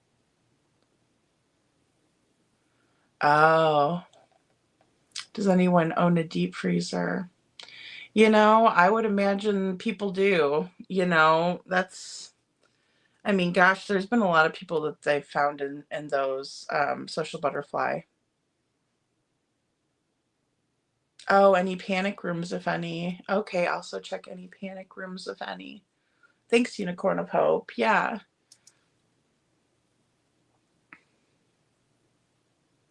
And Michelle Scott says Sebastian is smarter than CP. I think CP has many deficits, definitely not educated, speech issues, words incorrect. All he can do is violent, in my opinion. Yeah, I agree with that, and I think that's why he gets frustrated, you know. And I think he does try to use bigger words, and then he kind of like uses them in the wrong way or mispronounces them. Hey, Mitty, good to see you. Good to see you, Mitty.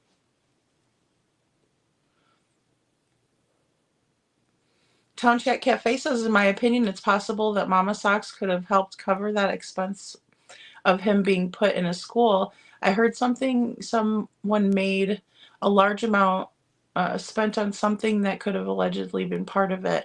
I did hear about a large transaction, and I think At Night put that out, Town Chat Cafe, if I'm not mistaken. Poppy Love says, the ARC is a nonprofit, so no charge to parents. Oh, gosh, really, Poppy? When I looked into it, knowing they wanted to send Sebastian to a place, I can see them doing this since cost was a concern before, plus Yellow Jacket on board. Oh my gosh, Poppy. Wow.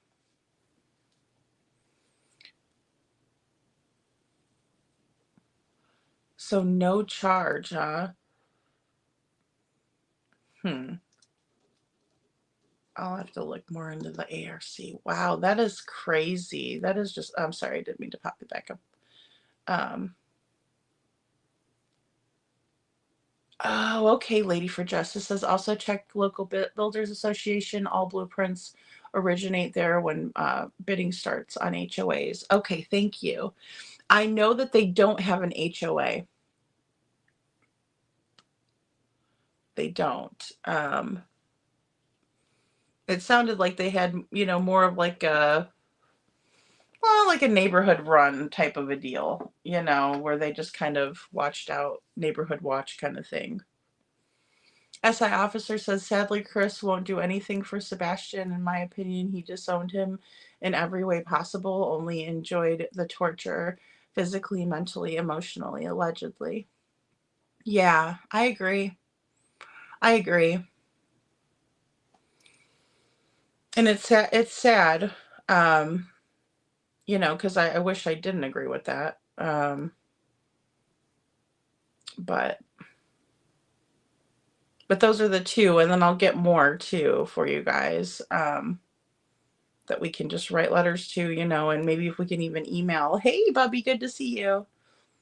Mr. Chris was known frequent at the Texas Roadhouse, and here she is there and Sebastian's gone. Maybe he paid low lives to help. That's really a strong possibility, in my opinion, because of everything that's been alleged by people who know the Foot Clan, you know, or who have dealt with them, right? And it seems like they'll do anything for Chris. Yeah. SI officer says, Vic, those bite marks definitely match up with his pattern, in my opinion, of course.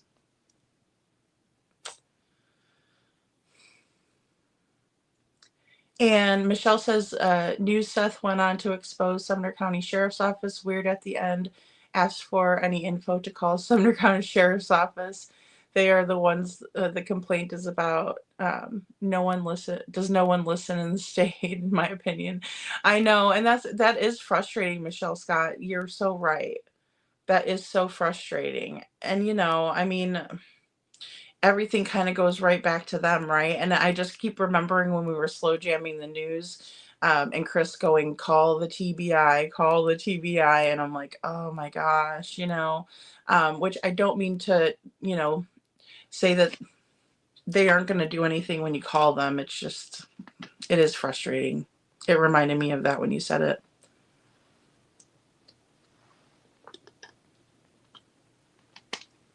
SI officer says when you think about the timeline, she had about 30 minutes to stop and get gas at the gas station from the Texas Roadhouse to home. Yeah, and that's quite a while, you know.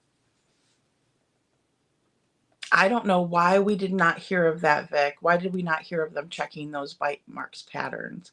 Right, right. Or even photographing them for evidence, you know. Yeah.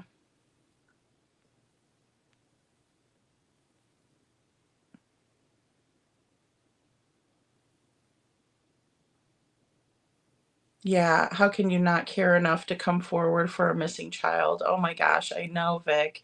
You know, unless he's in a place where people don't know who he is really, you know? And there's so many sightings of people that look like Sebastian, you know, so it's just so tough. Butter Biscuit says, you know, Mr. Bowersox works in an RV place. He could pass flyers out to customers and ask them to keep a watch out for Sebastian. RV owners travel the country. I wonder if he would pass them out. Well, and you know, even those the magnets for the cars, you know, but they took them off of their vehicles, Butter Biscuit, you know, very early on. Back in April of last year, they did that. Katie and the whole lot of them took those off of their vehicles, you know, and it's a criming shame. She had brought it to light. And I, you know, we showed it here. Poppy Love says, whatever happened to the verbal, hard to understand video? People were trying to understand why that be another piece of, oh yeah, wouldn't that be another piece of evidence? Lights in the backyard to the car and bad actors at the Texas Roadhouse. Yeah, and I know that there is some audio that was alleged, and you know, I just couldn't make it out. I wish I could. You know, if law enforcement has that, there's no doubt in my mind that they have the technology that could decipher that, you know. Thanks, Poppy, for your comment. Tennessee Nurse says, I think they have all spoken to and cooperated with LE, the neighbors. I just think not all are speaking to the public, and there's footage we haven't seen. Yeah, I think so too. I think the neighbors have spoke up to law enforcement at the very least. I believe that. And I agree that they have not all spoken up publicly, you know. But I know they probably spoke about the footage amongst themselves extensively, I would have thought.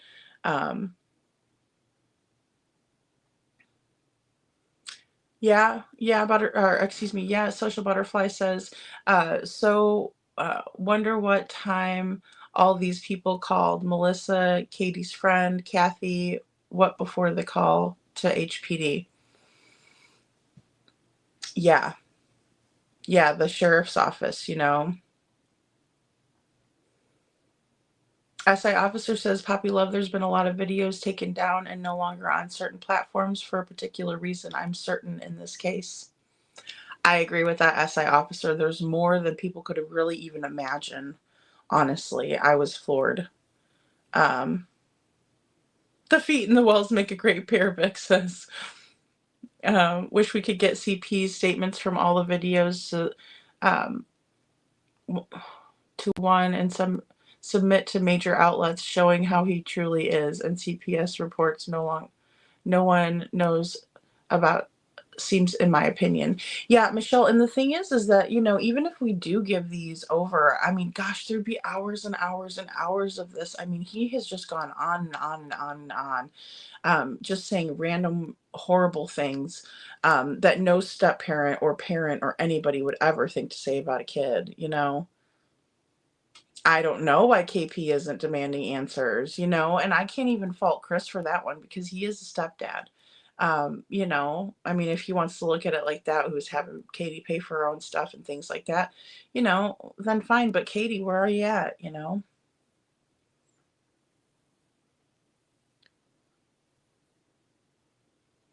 K9 Joel says, I sent my full audio to TBI and FBI. Yeah, thank you for that too. I mean, you know, and of course I know you're gonna do right, you know, because I'll tell you, a lot of times we see people just sending these things into YouTubers, and it's like, oh Lord.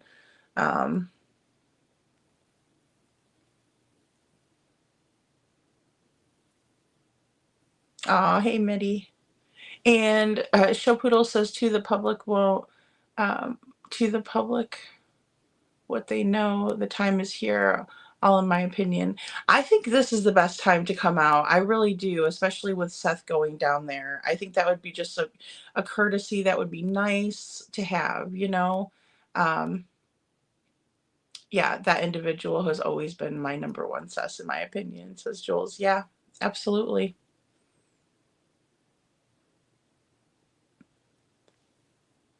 Yeah. Yeah, absolutely, Poppy. Thank you. Neighborhood watch. Yeah, neighborhood watch Vic says. Yeah, sure, okay. Some neighbors won't even talk. They would turn him in for the reward. Oh my goodness, that's true. I mean, you know, you would think that that would really entice people. So, oh, thank you, Lori, for being number 63. Good to see you. Carla says we need to we need to put in bills or laws to get past that local LE cannot refuse outside help if the parents are requesting their help. More eyes, brains, ears means more chances finding kids. It's crazy. Good point, Carla. I agree with that, especially if the parents are asking for it. You know, you have parents that are pleading for help, right? Like we were talking about Brandy Neal last night, Seth Rogers, right? We see all of these parents just pleading and begging for help. Elizabeth Smart's family, same thing, right? Same thing. Unicorn of Hope says, you know, if any parents out there participate in the Special Olympics with your children, could you hang posters at the event or flyers on cars and parking lots? Just a thought. Yeah, Unicorn of Hope, I agree. That would be a great place, right? Because there would be a lot of buzz and a lot of people who would be caring and compassionate. I think that's a great idea, you know? Absolutely. Absolutely. Yeah, Carla, Adam Forever 21 says laws need to be changed. I agree. I agree. Yeah, I heard that about Sonny Weatherford, Jules. The former sheriff was always very nice to me. Not saying Craddock hasn't been nice, but Sonny was very nice. Oh, that's good to hear, Jules. A lot of people have said just really great things about him, you know, just really, really great things. He was beloved is, you know, kind of my take on it, you know, from what I could gather. Um, yes, Michelle, we were talking about that last night too. Emails were rejected since not from Tennessee. That's why I think it's important to do a handwritten letter. And even, I mean, I say handwritten, but it's like typed out, right? So even if you type it out and print it and, you know, mail it off, but you could always take a piece of notebook paper and do it that way as well. I mean, it's just about really sending in the letters, right? Sending in the letters, sending in the letters. So that way they know that our voices want to be heard, right? So if they're receiving, say, even, you know, 20 letters one day and 10 the next day, they're going to be like, what's all these letters, you know?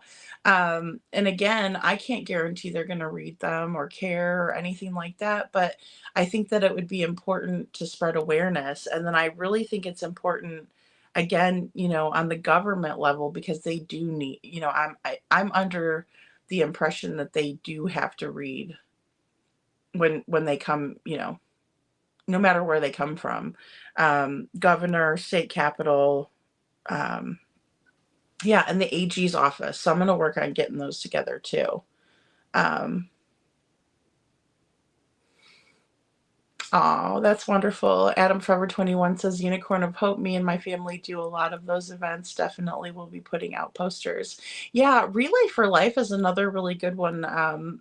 We used to have, um, well, our team was called Angels of Hope, was our team. And you know, it's a huge event and people are always willing to take flyers and different things like that. That is such a good idea. And see, that's what I mean. Like, I think that you guys writing questions out and sending them in, I think that is like such a great idea, right? Because it's going to make them think like, wow, these people are absolutely asking great questions. And again, no shade or hateful statements or anything. That's not what I want. Or that's not what I'm asking for. You guys are allowed to say whatever you want to say in your letter. Don't get me wrong. I'm not here to tell you what to write. But, my goal would be for whoever's opening these letters to say, wow, this person put a lot of thought and care into this. And they're really, that's a really great question, or that's a really great thought or statement that you're making, or, it might, spurn change. And I mean, that's the biggest thing that we want, right?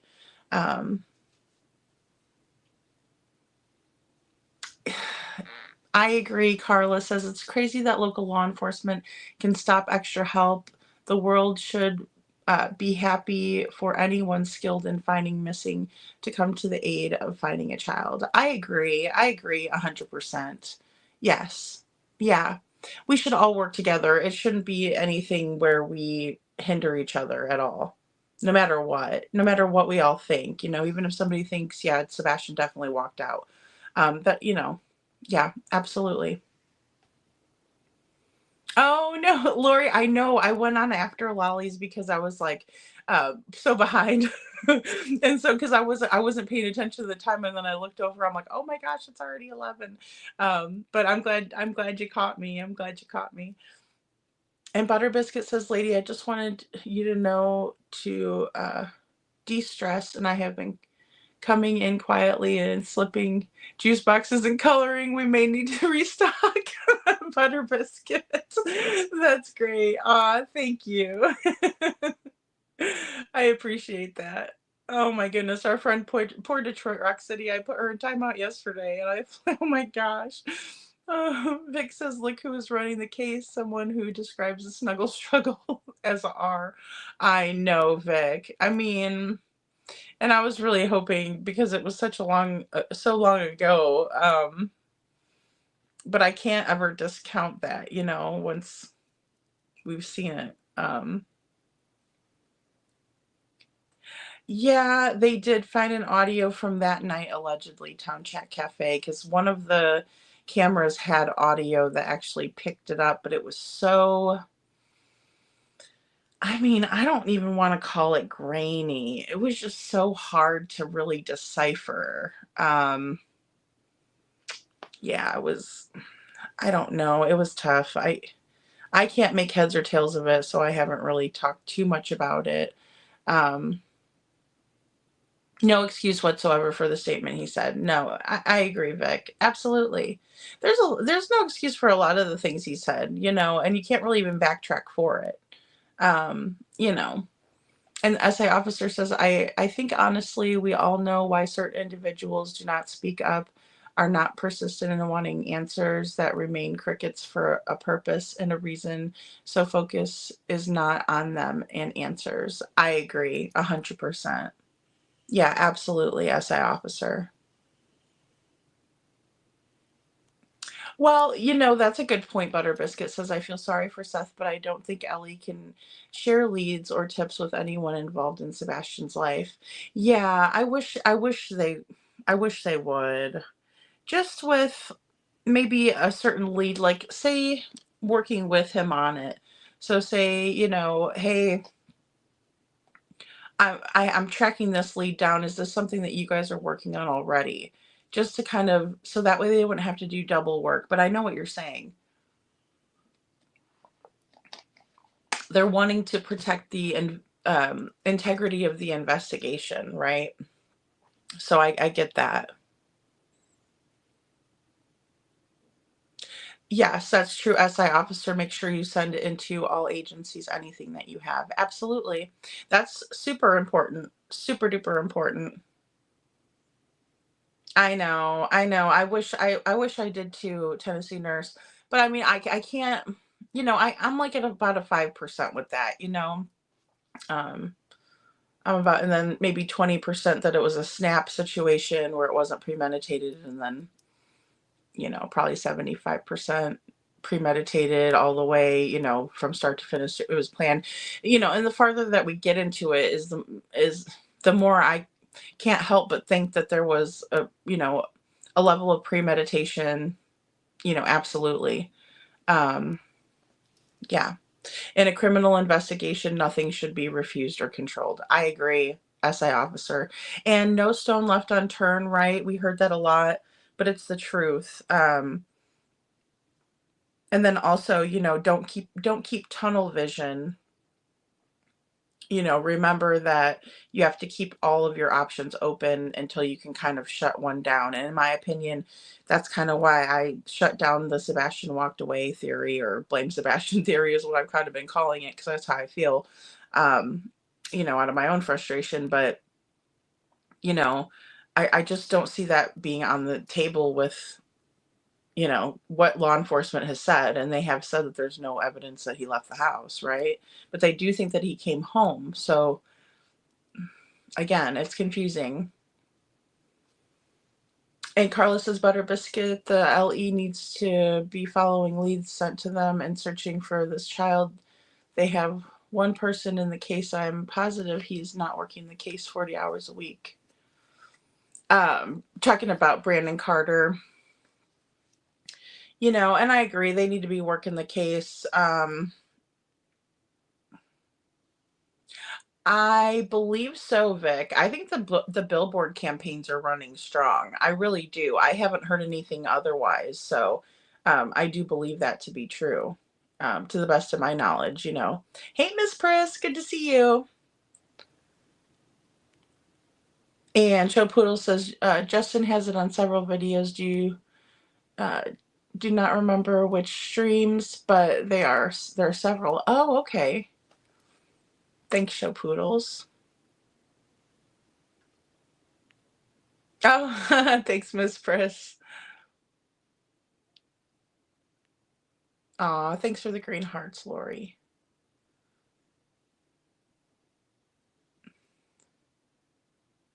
I hope the big withdrawal was investigated too, Adam Forever 21. And I remember them just saying it was a large transaction, right? And whenever you hear that, it's like red flag, bing, bing, bing, kind of a thing. So Carla says, SI officer, it was me who tried 3 months ago to email a Tennessee senator and congressman. It would not let me send it.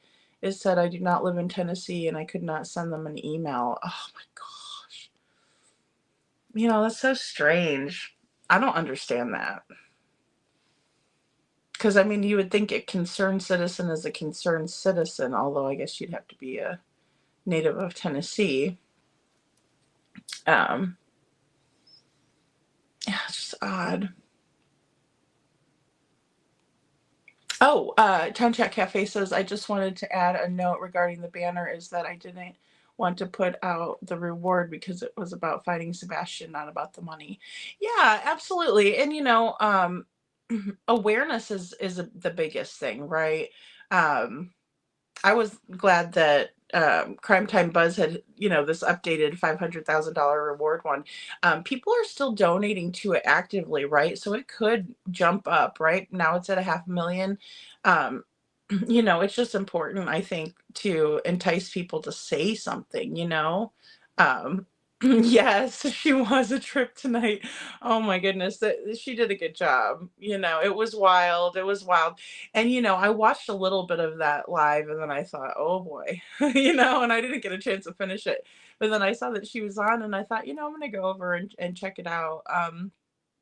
It was wild and it was times that were like emotionally exhausting and painful to, because everybody's feeling a type of way about it, and I don't like to see that, especially because there were just so many people that, I got to kind of catch up with and say hello to. And those aren't the kinds of circumstances that I like to do that in, I'd like to more or less go in and, you guys know me. I like to be silly and I like to, conversate and chat and things like that. And I can be serious. It just, I just don't like to see other people hurting. And, I know how I was hurt by it. So, but I think it's good that if people want to come out and say how they feel, and that, that's a good thing. At least we kind of know where everybody stands. And, not a lot of stops were pulled out, that's for sure. Carla says they're idiots still having Seth as a person of interest and not clearing him when he is on a camera in another police department all night at work. There is no excuse for not releasing him. I agree, Carla. Like, that is my biggest point, right? Andy passed the polygraph for Nancy Grace about people from an FBI, polygrapher who had no skin in the game, right? And Seth went in there and he passed the poly. Is it admissible in court? No. But it gives us a good idea of who's being truthful and who's being deceptive, and that's why they're used in that scenario. But I agree, Carla, 100%. Well said. Yeah. Butterbiscuit says I would check all the Walmarts and home improvement store cameras up to 2 weeks prior to him missing to see if any suspicious items were bought by the family members. Absolutely. I would think they would be looking into their history, right? Unless they were making cash purchases. See, and this is why I'm just wondering, how long this was premeditated for, because if they covered all of their tracks, that could be why we're kind of stuck here at this juncture. And then also, like I said, I don't think that they took the first 48 hours as seriously as they needed to be, Adam Forever 21 says we need to go to the White House lawn. That's how many groups got Narcan free and fentanyl deaths labeled poisoned, not overdoses. Oh, wow. Adam Forever 21. That's amazing. Yeah. I agree. When people gather, that's why I think protesting is a really smart strategy. And I mean, peacefully, not acting crazy or anything, but just letting our voices be heard, say his name, Sebastian Rogers. We want justice for Sebastian, things like that. That's really important. And that our voices will be heard. That's just part of the way that it works here. So why not take advantage? I agree. Thank you, Adam Forever 21. Yeah. Tennessee Nurse says, I've said premeditated from the day they were on our local news and talked. Yeah. That was really a big red flag. And I always thought that the Holly Thompson interview was the first one until I realized, oh no, they were on Duchess for the Missing. Then I went back and listened to that one. And then I was even more convinced, I was like, oh boy, this is not good. We got mom fake crying, in my opinion. Their stories aren't adding up even with what they're saying, independently, what Chris was saying, what Katie was saying. He's like, let me make this crystal clear, about the time frame. And Duchess is like, he went to bed around midnight. And then, no, that's not what happened. We were on the phone. I know, Lori. And it's emotionally draining, especially for people who were really following closely what was going on in the community at the time, and I had kind of a lot more time to process through it.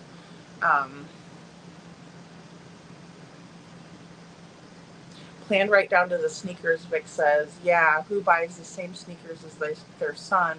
I can see a mother and daughter maybe. Yeah, I thought that was very noticeable in the Texas Roadhouse footage. And those are the things that I feel like were being kind of hidden from us, for lack of a better way to say it. As the public, because we're going to notice things like that, right? And be like, ooh, that's odd, right? Mom and son having the same shoes.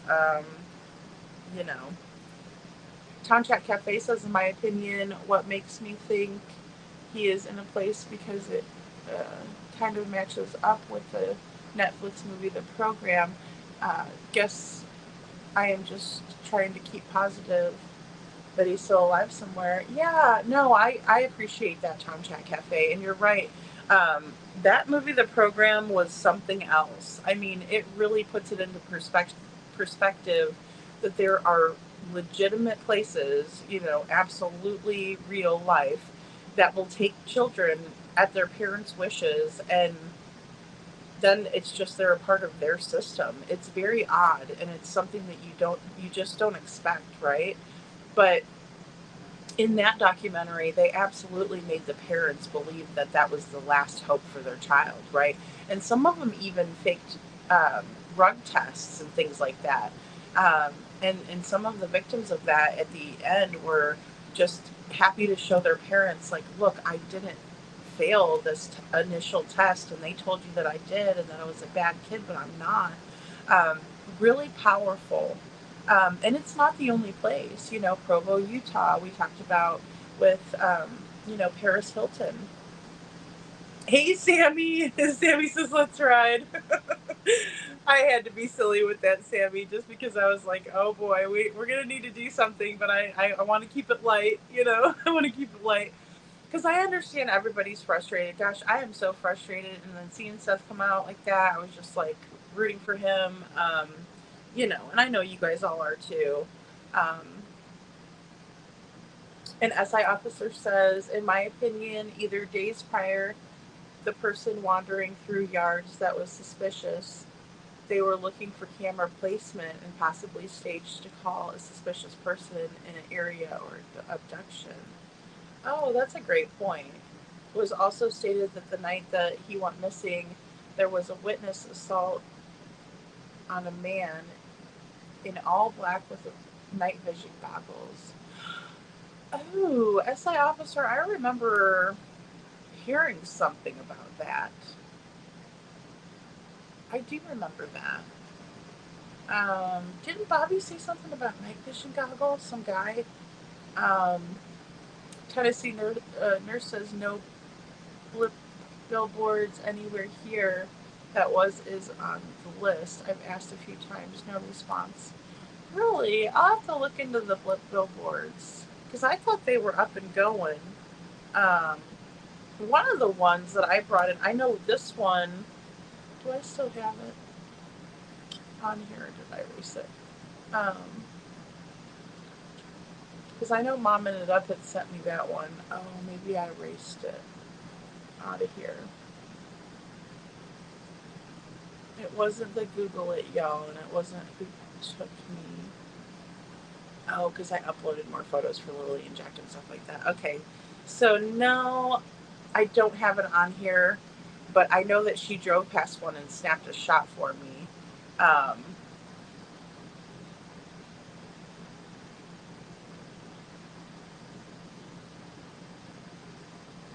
Hey, perfectly imperfect boy mom. Bonjour. Bonjour, bonjour. The sad fact is that until the sad fact is until Sebastian is found or someone talks, no one can be cleared because anyone could have knowledge that a plan is or has been carried out. Guilty by knowledge, so to speak, applies to. Yeah, I see what you're saying, Butter Biscuit. Absolutely. I mean, you know, and maybe there's something that leads them to believe that, or maybe, you know, and I've said it for a long time too. I was thinking maybe it was because they didn't want to set off whoever didn't get cleared, right? So say they could clear Seth, but they couldn't clear the other two parents. Why clear Seth, in their opinion, and disrupt Chris and Katie or make them think that, you know, that they're on the hook, right? Like they'd put pressure on them. So yeah. SI officer says they didn't realize it was a criminal investigation until 72 hours later. I mean, you know, 24, 48, 72. Yeah, so three days. Yeah. Well, and they needed to treat it like that to begin with. And I would love to see some sort of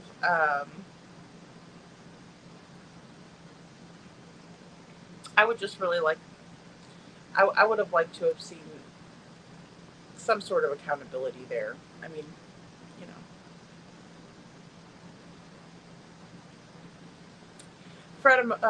Adam Forever 21 says, didn't that neighbor say CP was out in the night talking rude to her while she was driving around? Yes, she did. So Bobby said that he came up in the middle of the street and stopped them, and he was asking them what they were doing and different things, you know, the typical Chris. You know, he was going on the warpath though, and he was, you know, talking smack to all of these ladies, you know, and wouldn't dare do it with the men, you know, which is ridiculous, you know. And if he did talk to a man, it was always respectfully, but when it was a woman, it was disrespectful as all get out, in my opinion, you know.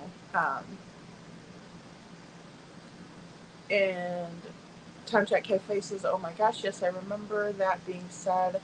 I wish I could find that and actually watch that. With that said, that comment makes me believe Seth Rogers, or excuse me, Sebastian Rogers is no longer with us. And so I'm 50-50. Yeah, I know. I kind of bounce back and forth myself.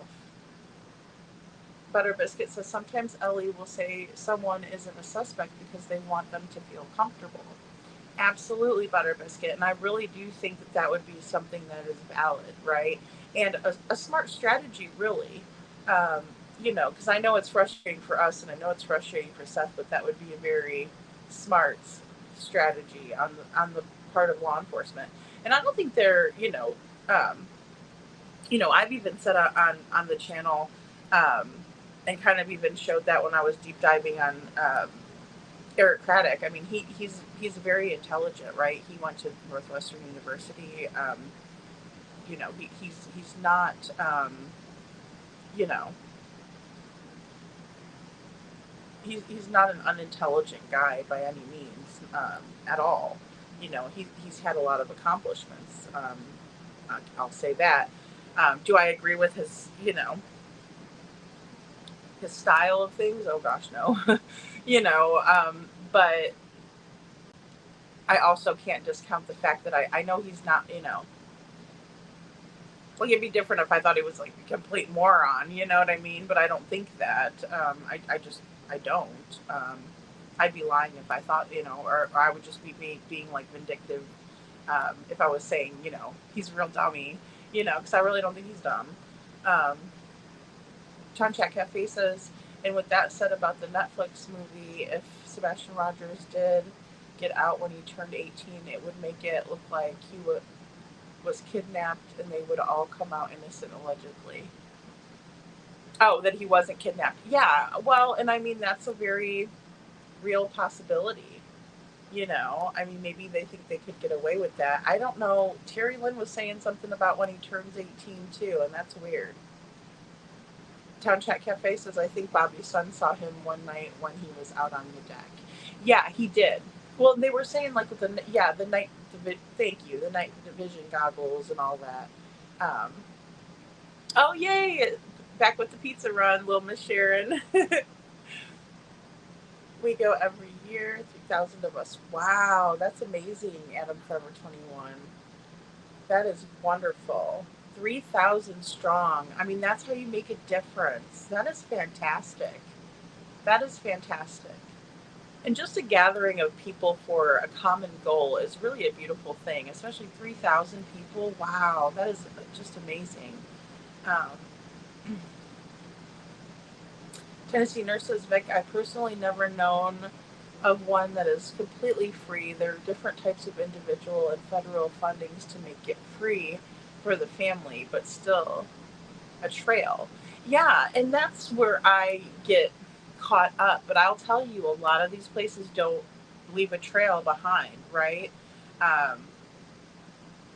It's mind-boggling. It really is. It's freaking bananas. It really is. Some of the things I've researched on these schools or these camps, you know,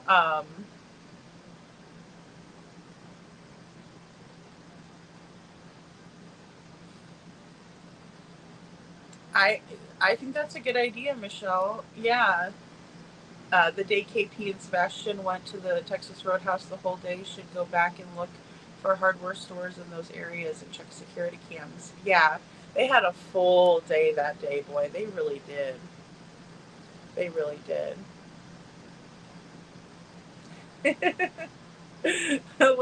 Little Miss Sharon brought us all pizza. We're having a pizza party. Aw, thank you. You're so sweet, Little Miss Sharon. pizza is one of my favorites. Definitely a go-to. I wish Sebastian was too big. Oh my goodness. Virtual pizza. Don't chat. I love it. That's like when somebody says I'm gonna go get a coffee, I'm like, ooh, make me a cup. So, and people in the military and hunters use night vision goggles. They do. And remember that blue bag that was sent to Seth? It had a weird helmet, like a scuba diver helmet, which could have been Navy related. Yeah. That's a good point.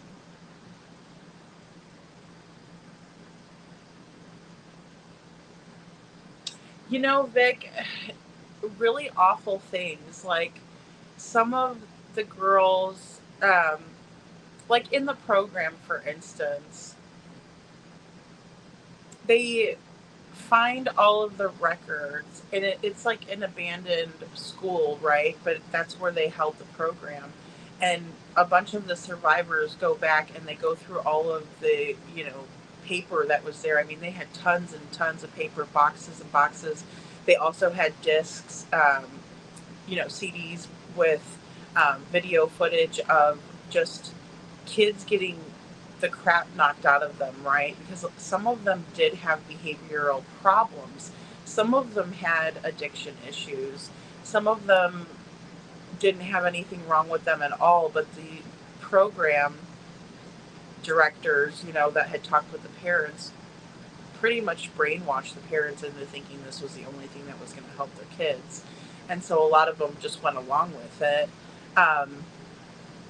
But they would beat them up. They would put them in little tiny rooms. They would, make them do different things. Like there was this one clapping thing that they would make them do. And I mean, like even the girls doing it later on in the documentary, it was like they were doing it just out of muscle memory. That's how many times they made them do it.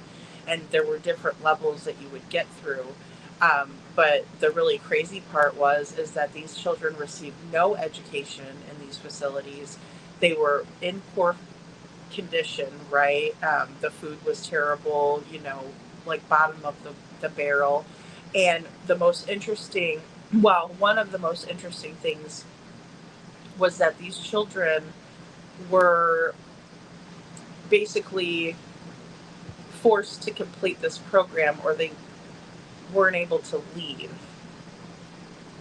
So with that being said, they could knock these kids back into the program until they conformed and did as they were told. And that could have taken a long time because, if you messed up once, they would send you all the way back to the beginning. So there was a lot of that, a lot of mind control. And then there was people who, in other cases have lost their lives, right, because of the ABUSC. But there was also SA going on there. And it was just unbelievably sad. I mean, incredibly sad. And, the kids didn't have any type of recourse, right? They weren't able to write their parents anything. If they did, they'd get in big trouble, right? So if they wrote down that they were being harmed, or if they were saying that I don't want to be here, can you come pick me up? That was cause for going back in the program, right? Going steps back into the program. So some of these kids were kept there for extensive periods of time, and then I just can't help but wonder if something happened as a result of abuse or, just other, mean-spirited kids, Yeah, kind of like a harsh boot camp, right? Yeah. But it was almost worse than that because they were making them do um, these different behaviors that really kind of like stripped away who they were and made them into what the program was trying to make them into, right? So it was a complete mind F in my opinion. But really interesting on some of the tactics that they use, and Yeah, it's just not too, it's not far-fetched as you would think. And that's why I kind of always keep that in a small um little box, just thinking about that could be a possibility. Um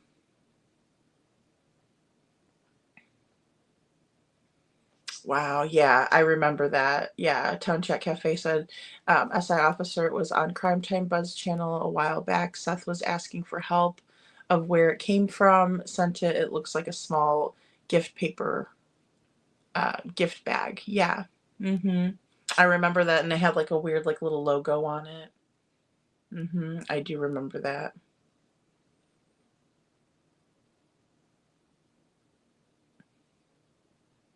Yeah, I know. SI officer says, "Oh, Town Chat, now I have to research." Okay, how are they allowed to do that to the children?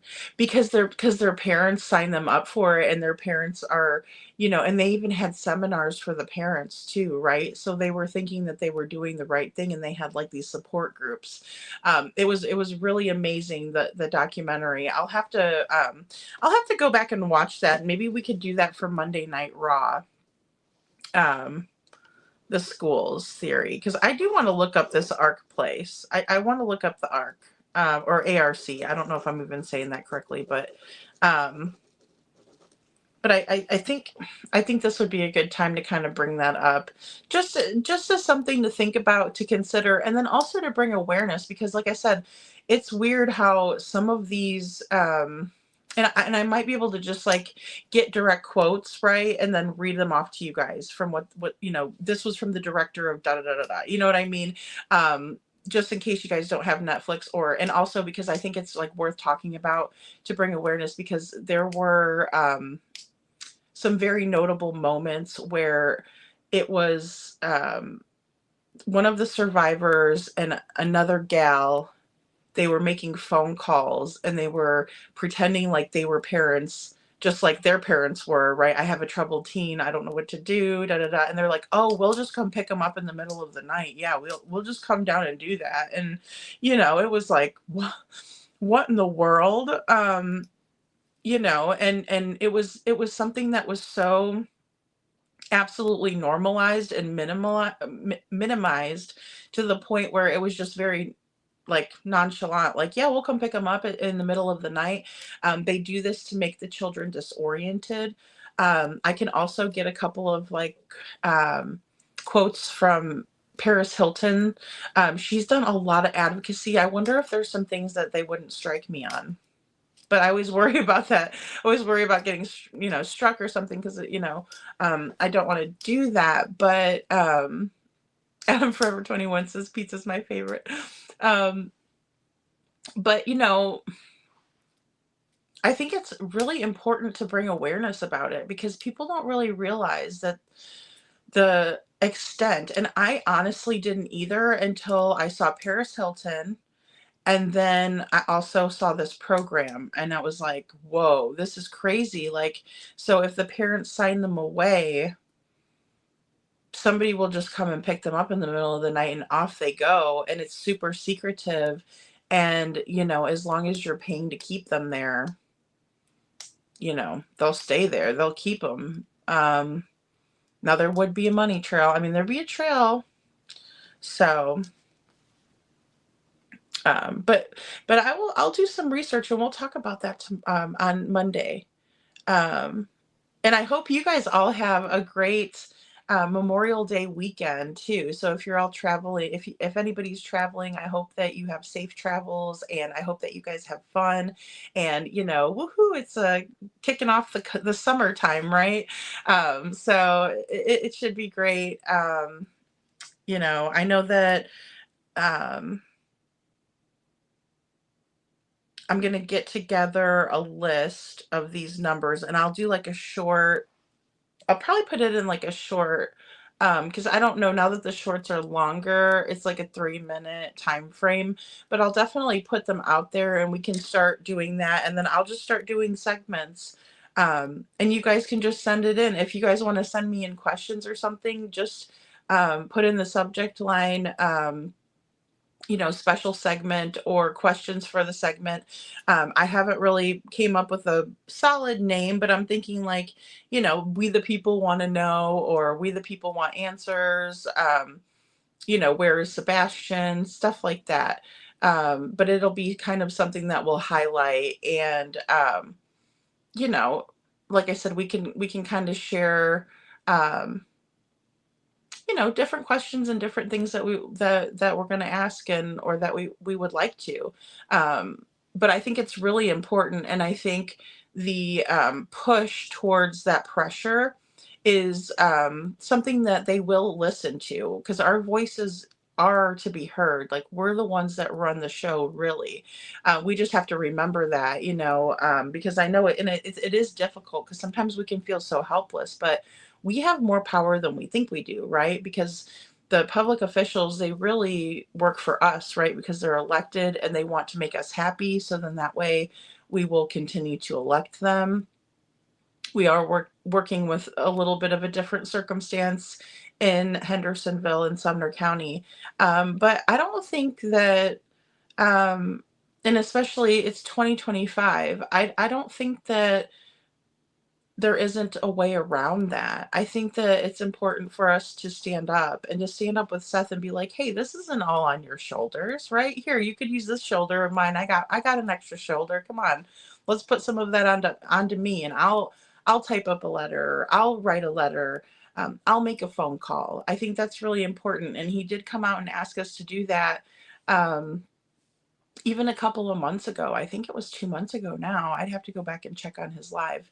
But I think it's so important for us to do that, and just to help him out. And I don't think it would take a lot, and it would take our focus off of, negativity and the threats and the crap.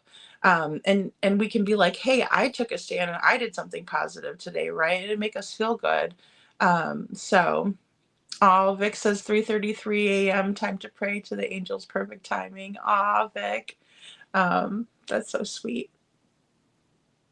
Town Chat Cafe says, oh, because of the parents. I agree, Little Miss Sharon, of course. Because of the parents, absolutely. They're the ones that went over there and did all that, and confused everything, and didn't choose, people who were advocates. They chose people who were just like Krama, right? And it's not knocking Krama channels. That's not the point. The point is that they were specifically picking channels that were only Krama. They're not true crime. And I know this for a fact, because I was even told by a close friend of mine that when she was asking people specifically to take her sister's case on, they were saying, oh no, honey, we don't do that here. We're Krama, right? So they even differentiate between, and they understand and know that. So, but no, that's not taking your son's case seriously, in my opinion. You know, nobody's perfect. There's no perfect creator out there. There's no perfect advocate. There's no perfect person who has all the answers ever. So, it's just, if people have their heart in the right place, they want to help. And if they're offering help, I mean, to me, if I was in that position, I'd be taking all the help that I can. And I've seen Seth do that.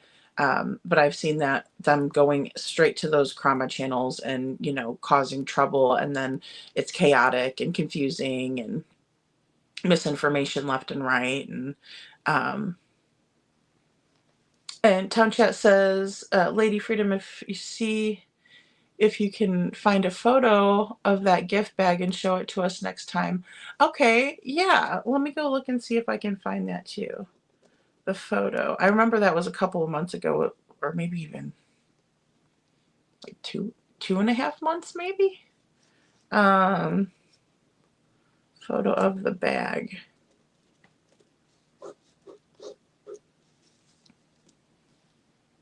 And I'm sure people send all kinds of weird stuff, I don't know if he ever got the answer from where the bag came from either. I don't remember anybody saying that, So, yes, exactly. Silence is murder, Katie. I agree. Yeah, is only said if they're safe. That's right. The word no is only said if they're safe. Yeah. Yeah, I agree.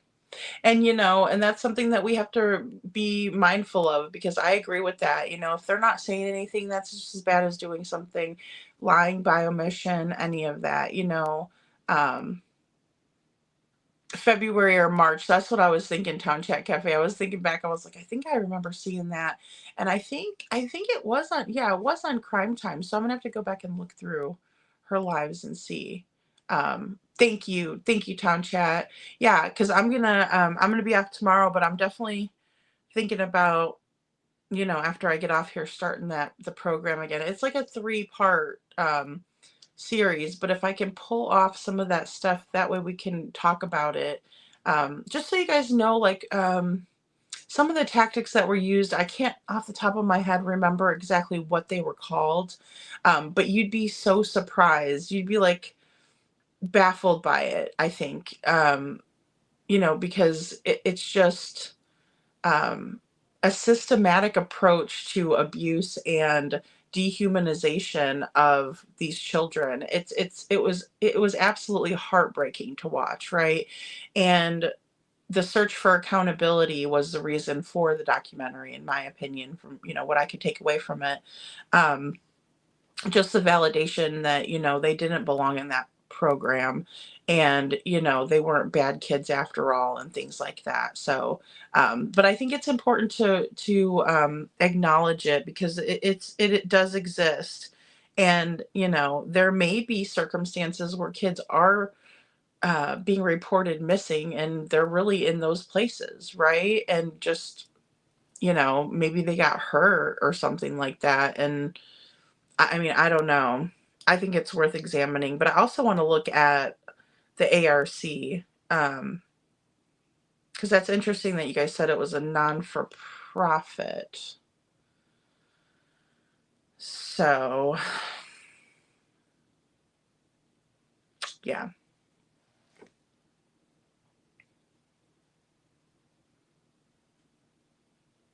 Yeah.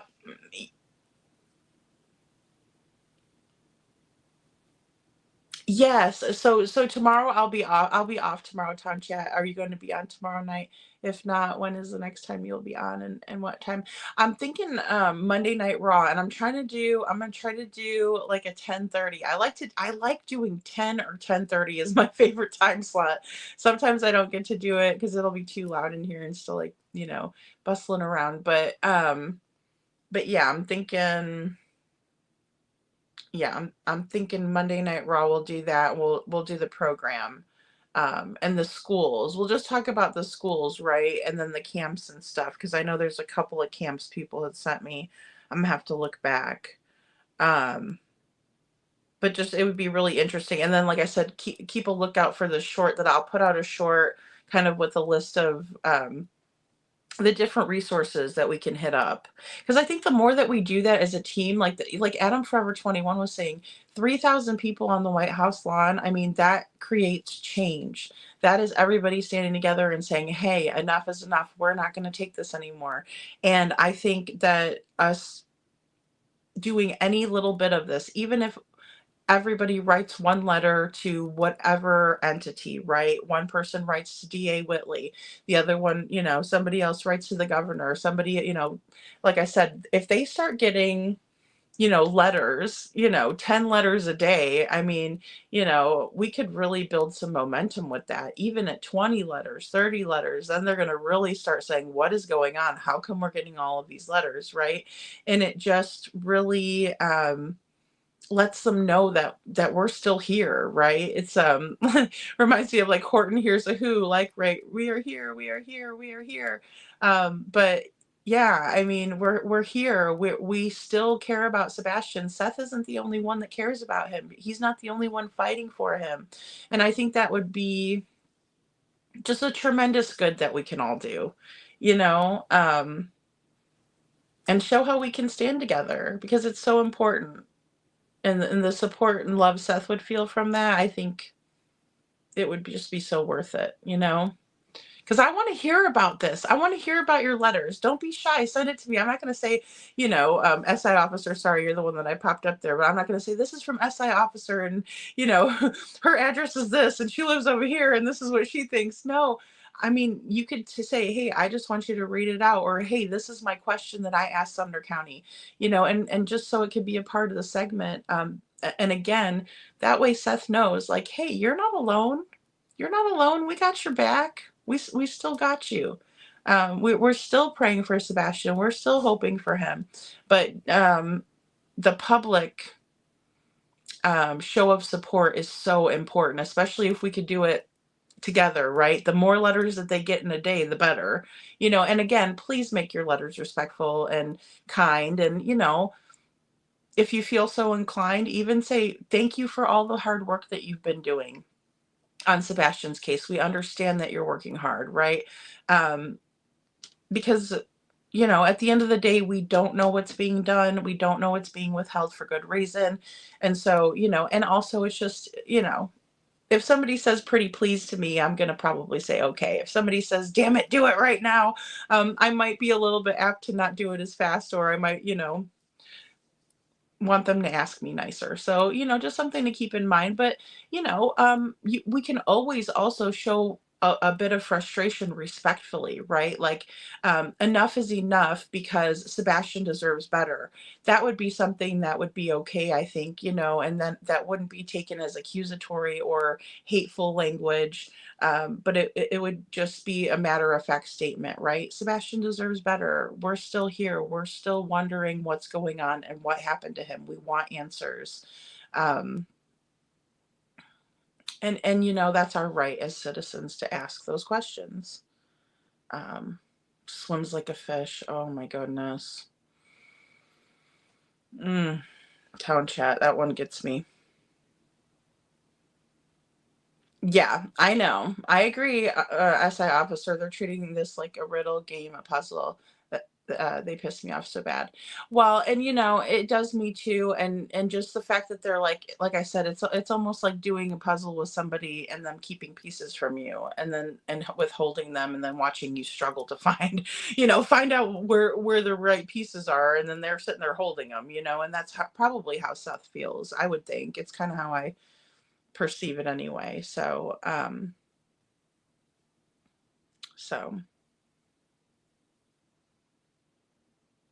yeah, I know exactly what you're talking about, SI officer. Same way that CP mocks the religion, autism in his posts. Yeah, and how dare he ever say half of the things that he said? Or how about him saying, oh, Sebastian, you could tell something was wrong with him. Bullshit, you could tell something was wrong with him. That's not what his teacher said.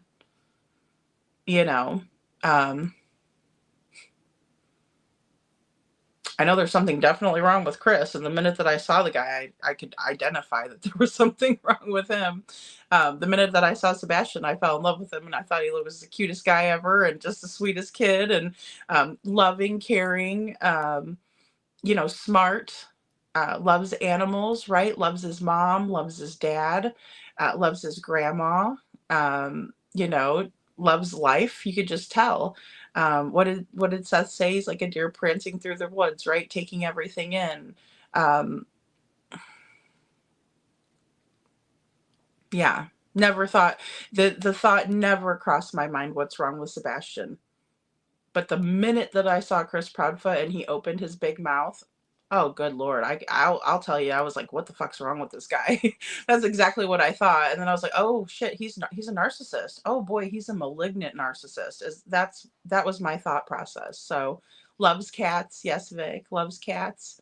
Loves sushi. Loves ramen. He would eat ramen with his dad. They would watch anime. Loves to play cards, Magic the Gathering, Dungeons and Dragons. He's a good chess player, right? He could beat people at chess. He's a strategizer. Chris is what the law enforcement calls a 1096. Town Chat Cafe. Yeah, what does Chris love? Manipulating everybody. Exactly. Or everyone. Little Miss Sharon says, yeah, exactly. And like I said, the minute that I saw him, I was like, there's something wrong with this guy, and he's guilty as hell. And, so is she. And that's what I thought, and I mean, first impressions, okay, whatever. Sometimes you judge a book by its cover and you're like, I got him wrong. I shouldn't have been so hard on the person or something. But I think, I think the initial take on Chris was, just that. He really can't hide the way that he feels about Sebastian. We can see the disdain and, in his actions and his words. Town Chat Cafe mental. Yeah. Oh, I agree. Adam Forever 21, in my opinion, her lazy attitude, he could be anywhere and everywhere. And that was just so she could go with Chris. And, that's another mother that leaves, where her son, or where her child went missing from. I cannot see that. It wouldn't matter. People would have to be banging my door down every night or something like that before I thought for a second that I'd leave. And I don't know, that's just the way I see it. And I know a lot of you guys, I know a lot of the moms feel that way too. And I think that's why we lift Seth up so much, because we're like, hey, he's doing the right thing, right? Somebody needs to be a hero for Sebastian. And he's been that, in my opinion. I mean, he's done everything he can.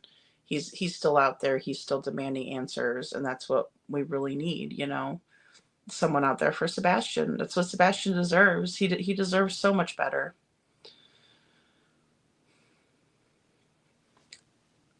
SI officer says, I really think besides the mental illness, the narcissistic abuse that he was probably brought up on, and referring to CP, he possibly has a tumor in the brain with that amount of anger.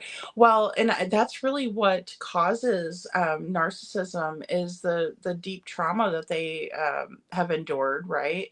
And everybody perceives it differently, takes it differently, right? But their fragile egos just can't handle it. And so it's very difficult for a narcissist, and that's why they're always on high alert and on guard, because they don't want to get hurt. They actually can't handle rejection and that the normal things that everybody else in life goes through. They can't. It harms their oh so fragile ego. And they're the most damaged ones of all of us, they really are. It's sad, but they're the meanest ones too. Little Miss Sharon the goon. We all saw straight away. I have no idea what the goon squad saw.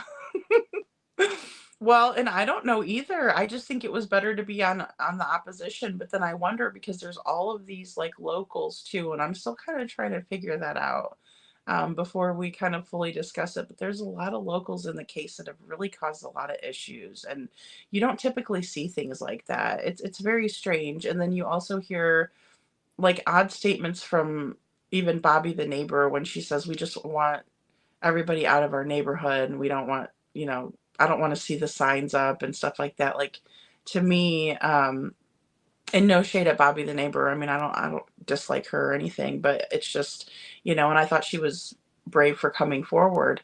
And I still think she's brave for coming forward. When she said that, I was just like, oh boy, that is not kind of what I would expect to hear from a neighbor. Like, if I was a neighbor, I'd be demanding answers and be like, where is this child? Because, but again. Well, you all have a great night, and thank you all so much for joining me late tonight, and I hope you all have a wonderful Sunday, and I will be back on Monday night, and we will discuss the schools, because I think it's time to kind of dive into that, at least kind of going over that theory, because it very well could be. Adam Forever 21 says, let's roll up. We're Sebastian Strong. Yes. Thank you, Adam Forever 21. And I'm going to work on the segment too. And guys, we're almost at 3,000 subscribers. So we're going to have a little party when that happens too. So I'll be working on stuff like that as well. So yes, have a wonderful holiday weekend, everyone. Thank you, Lori. Thanks, Vic. Town Chat Cafe.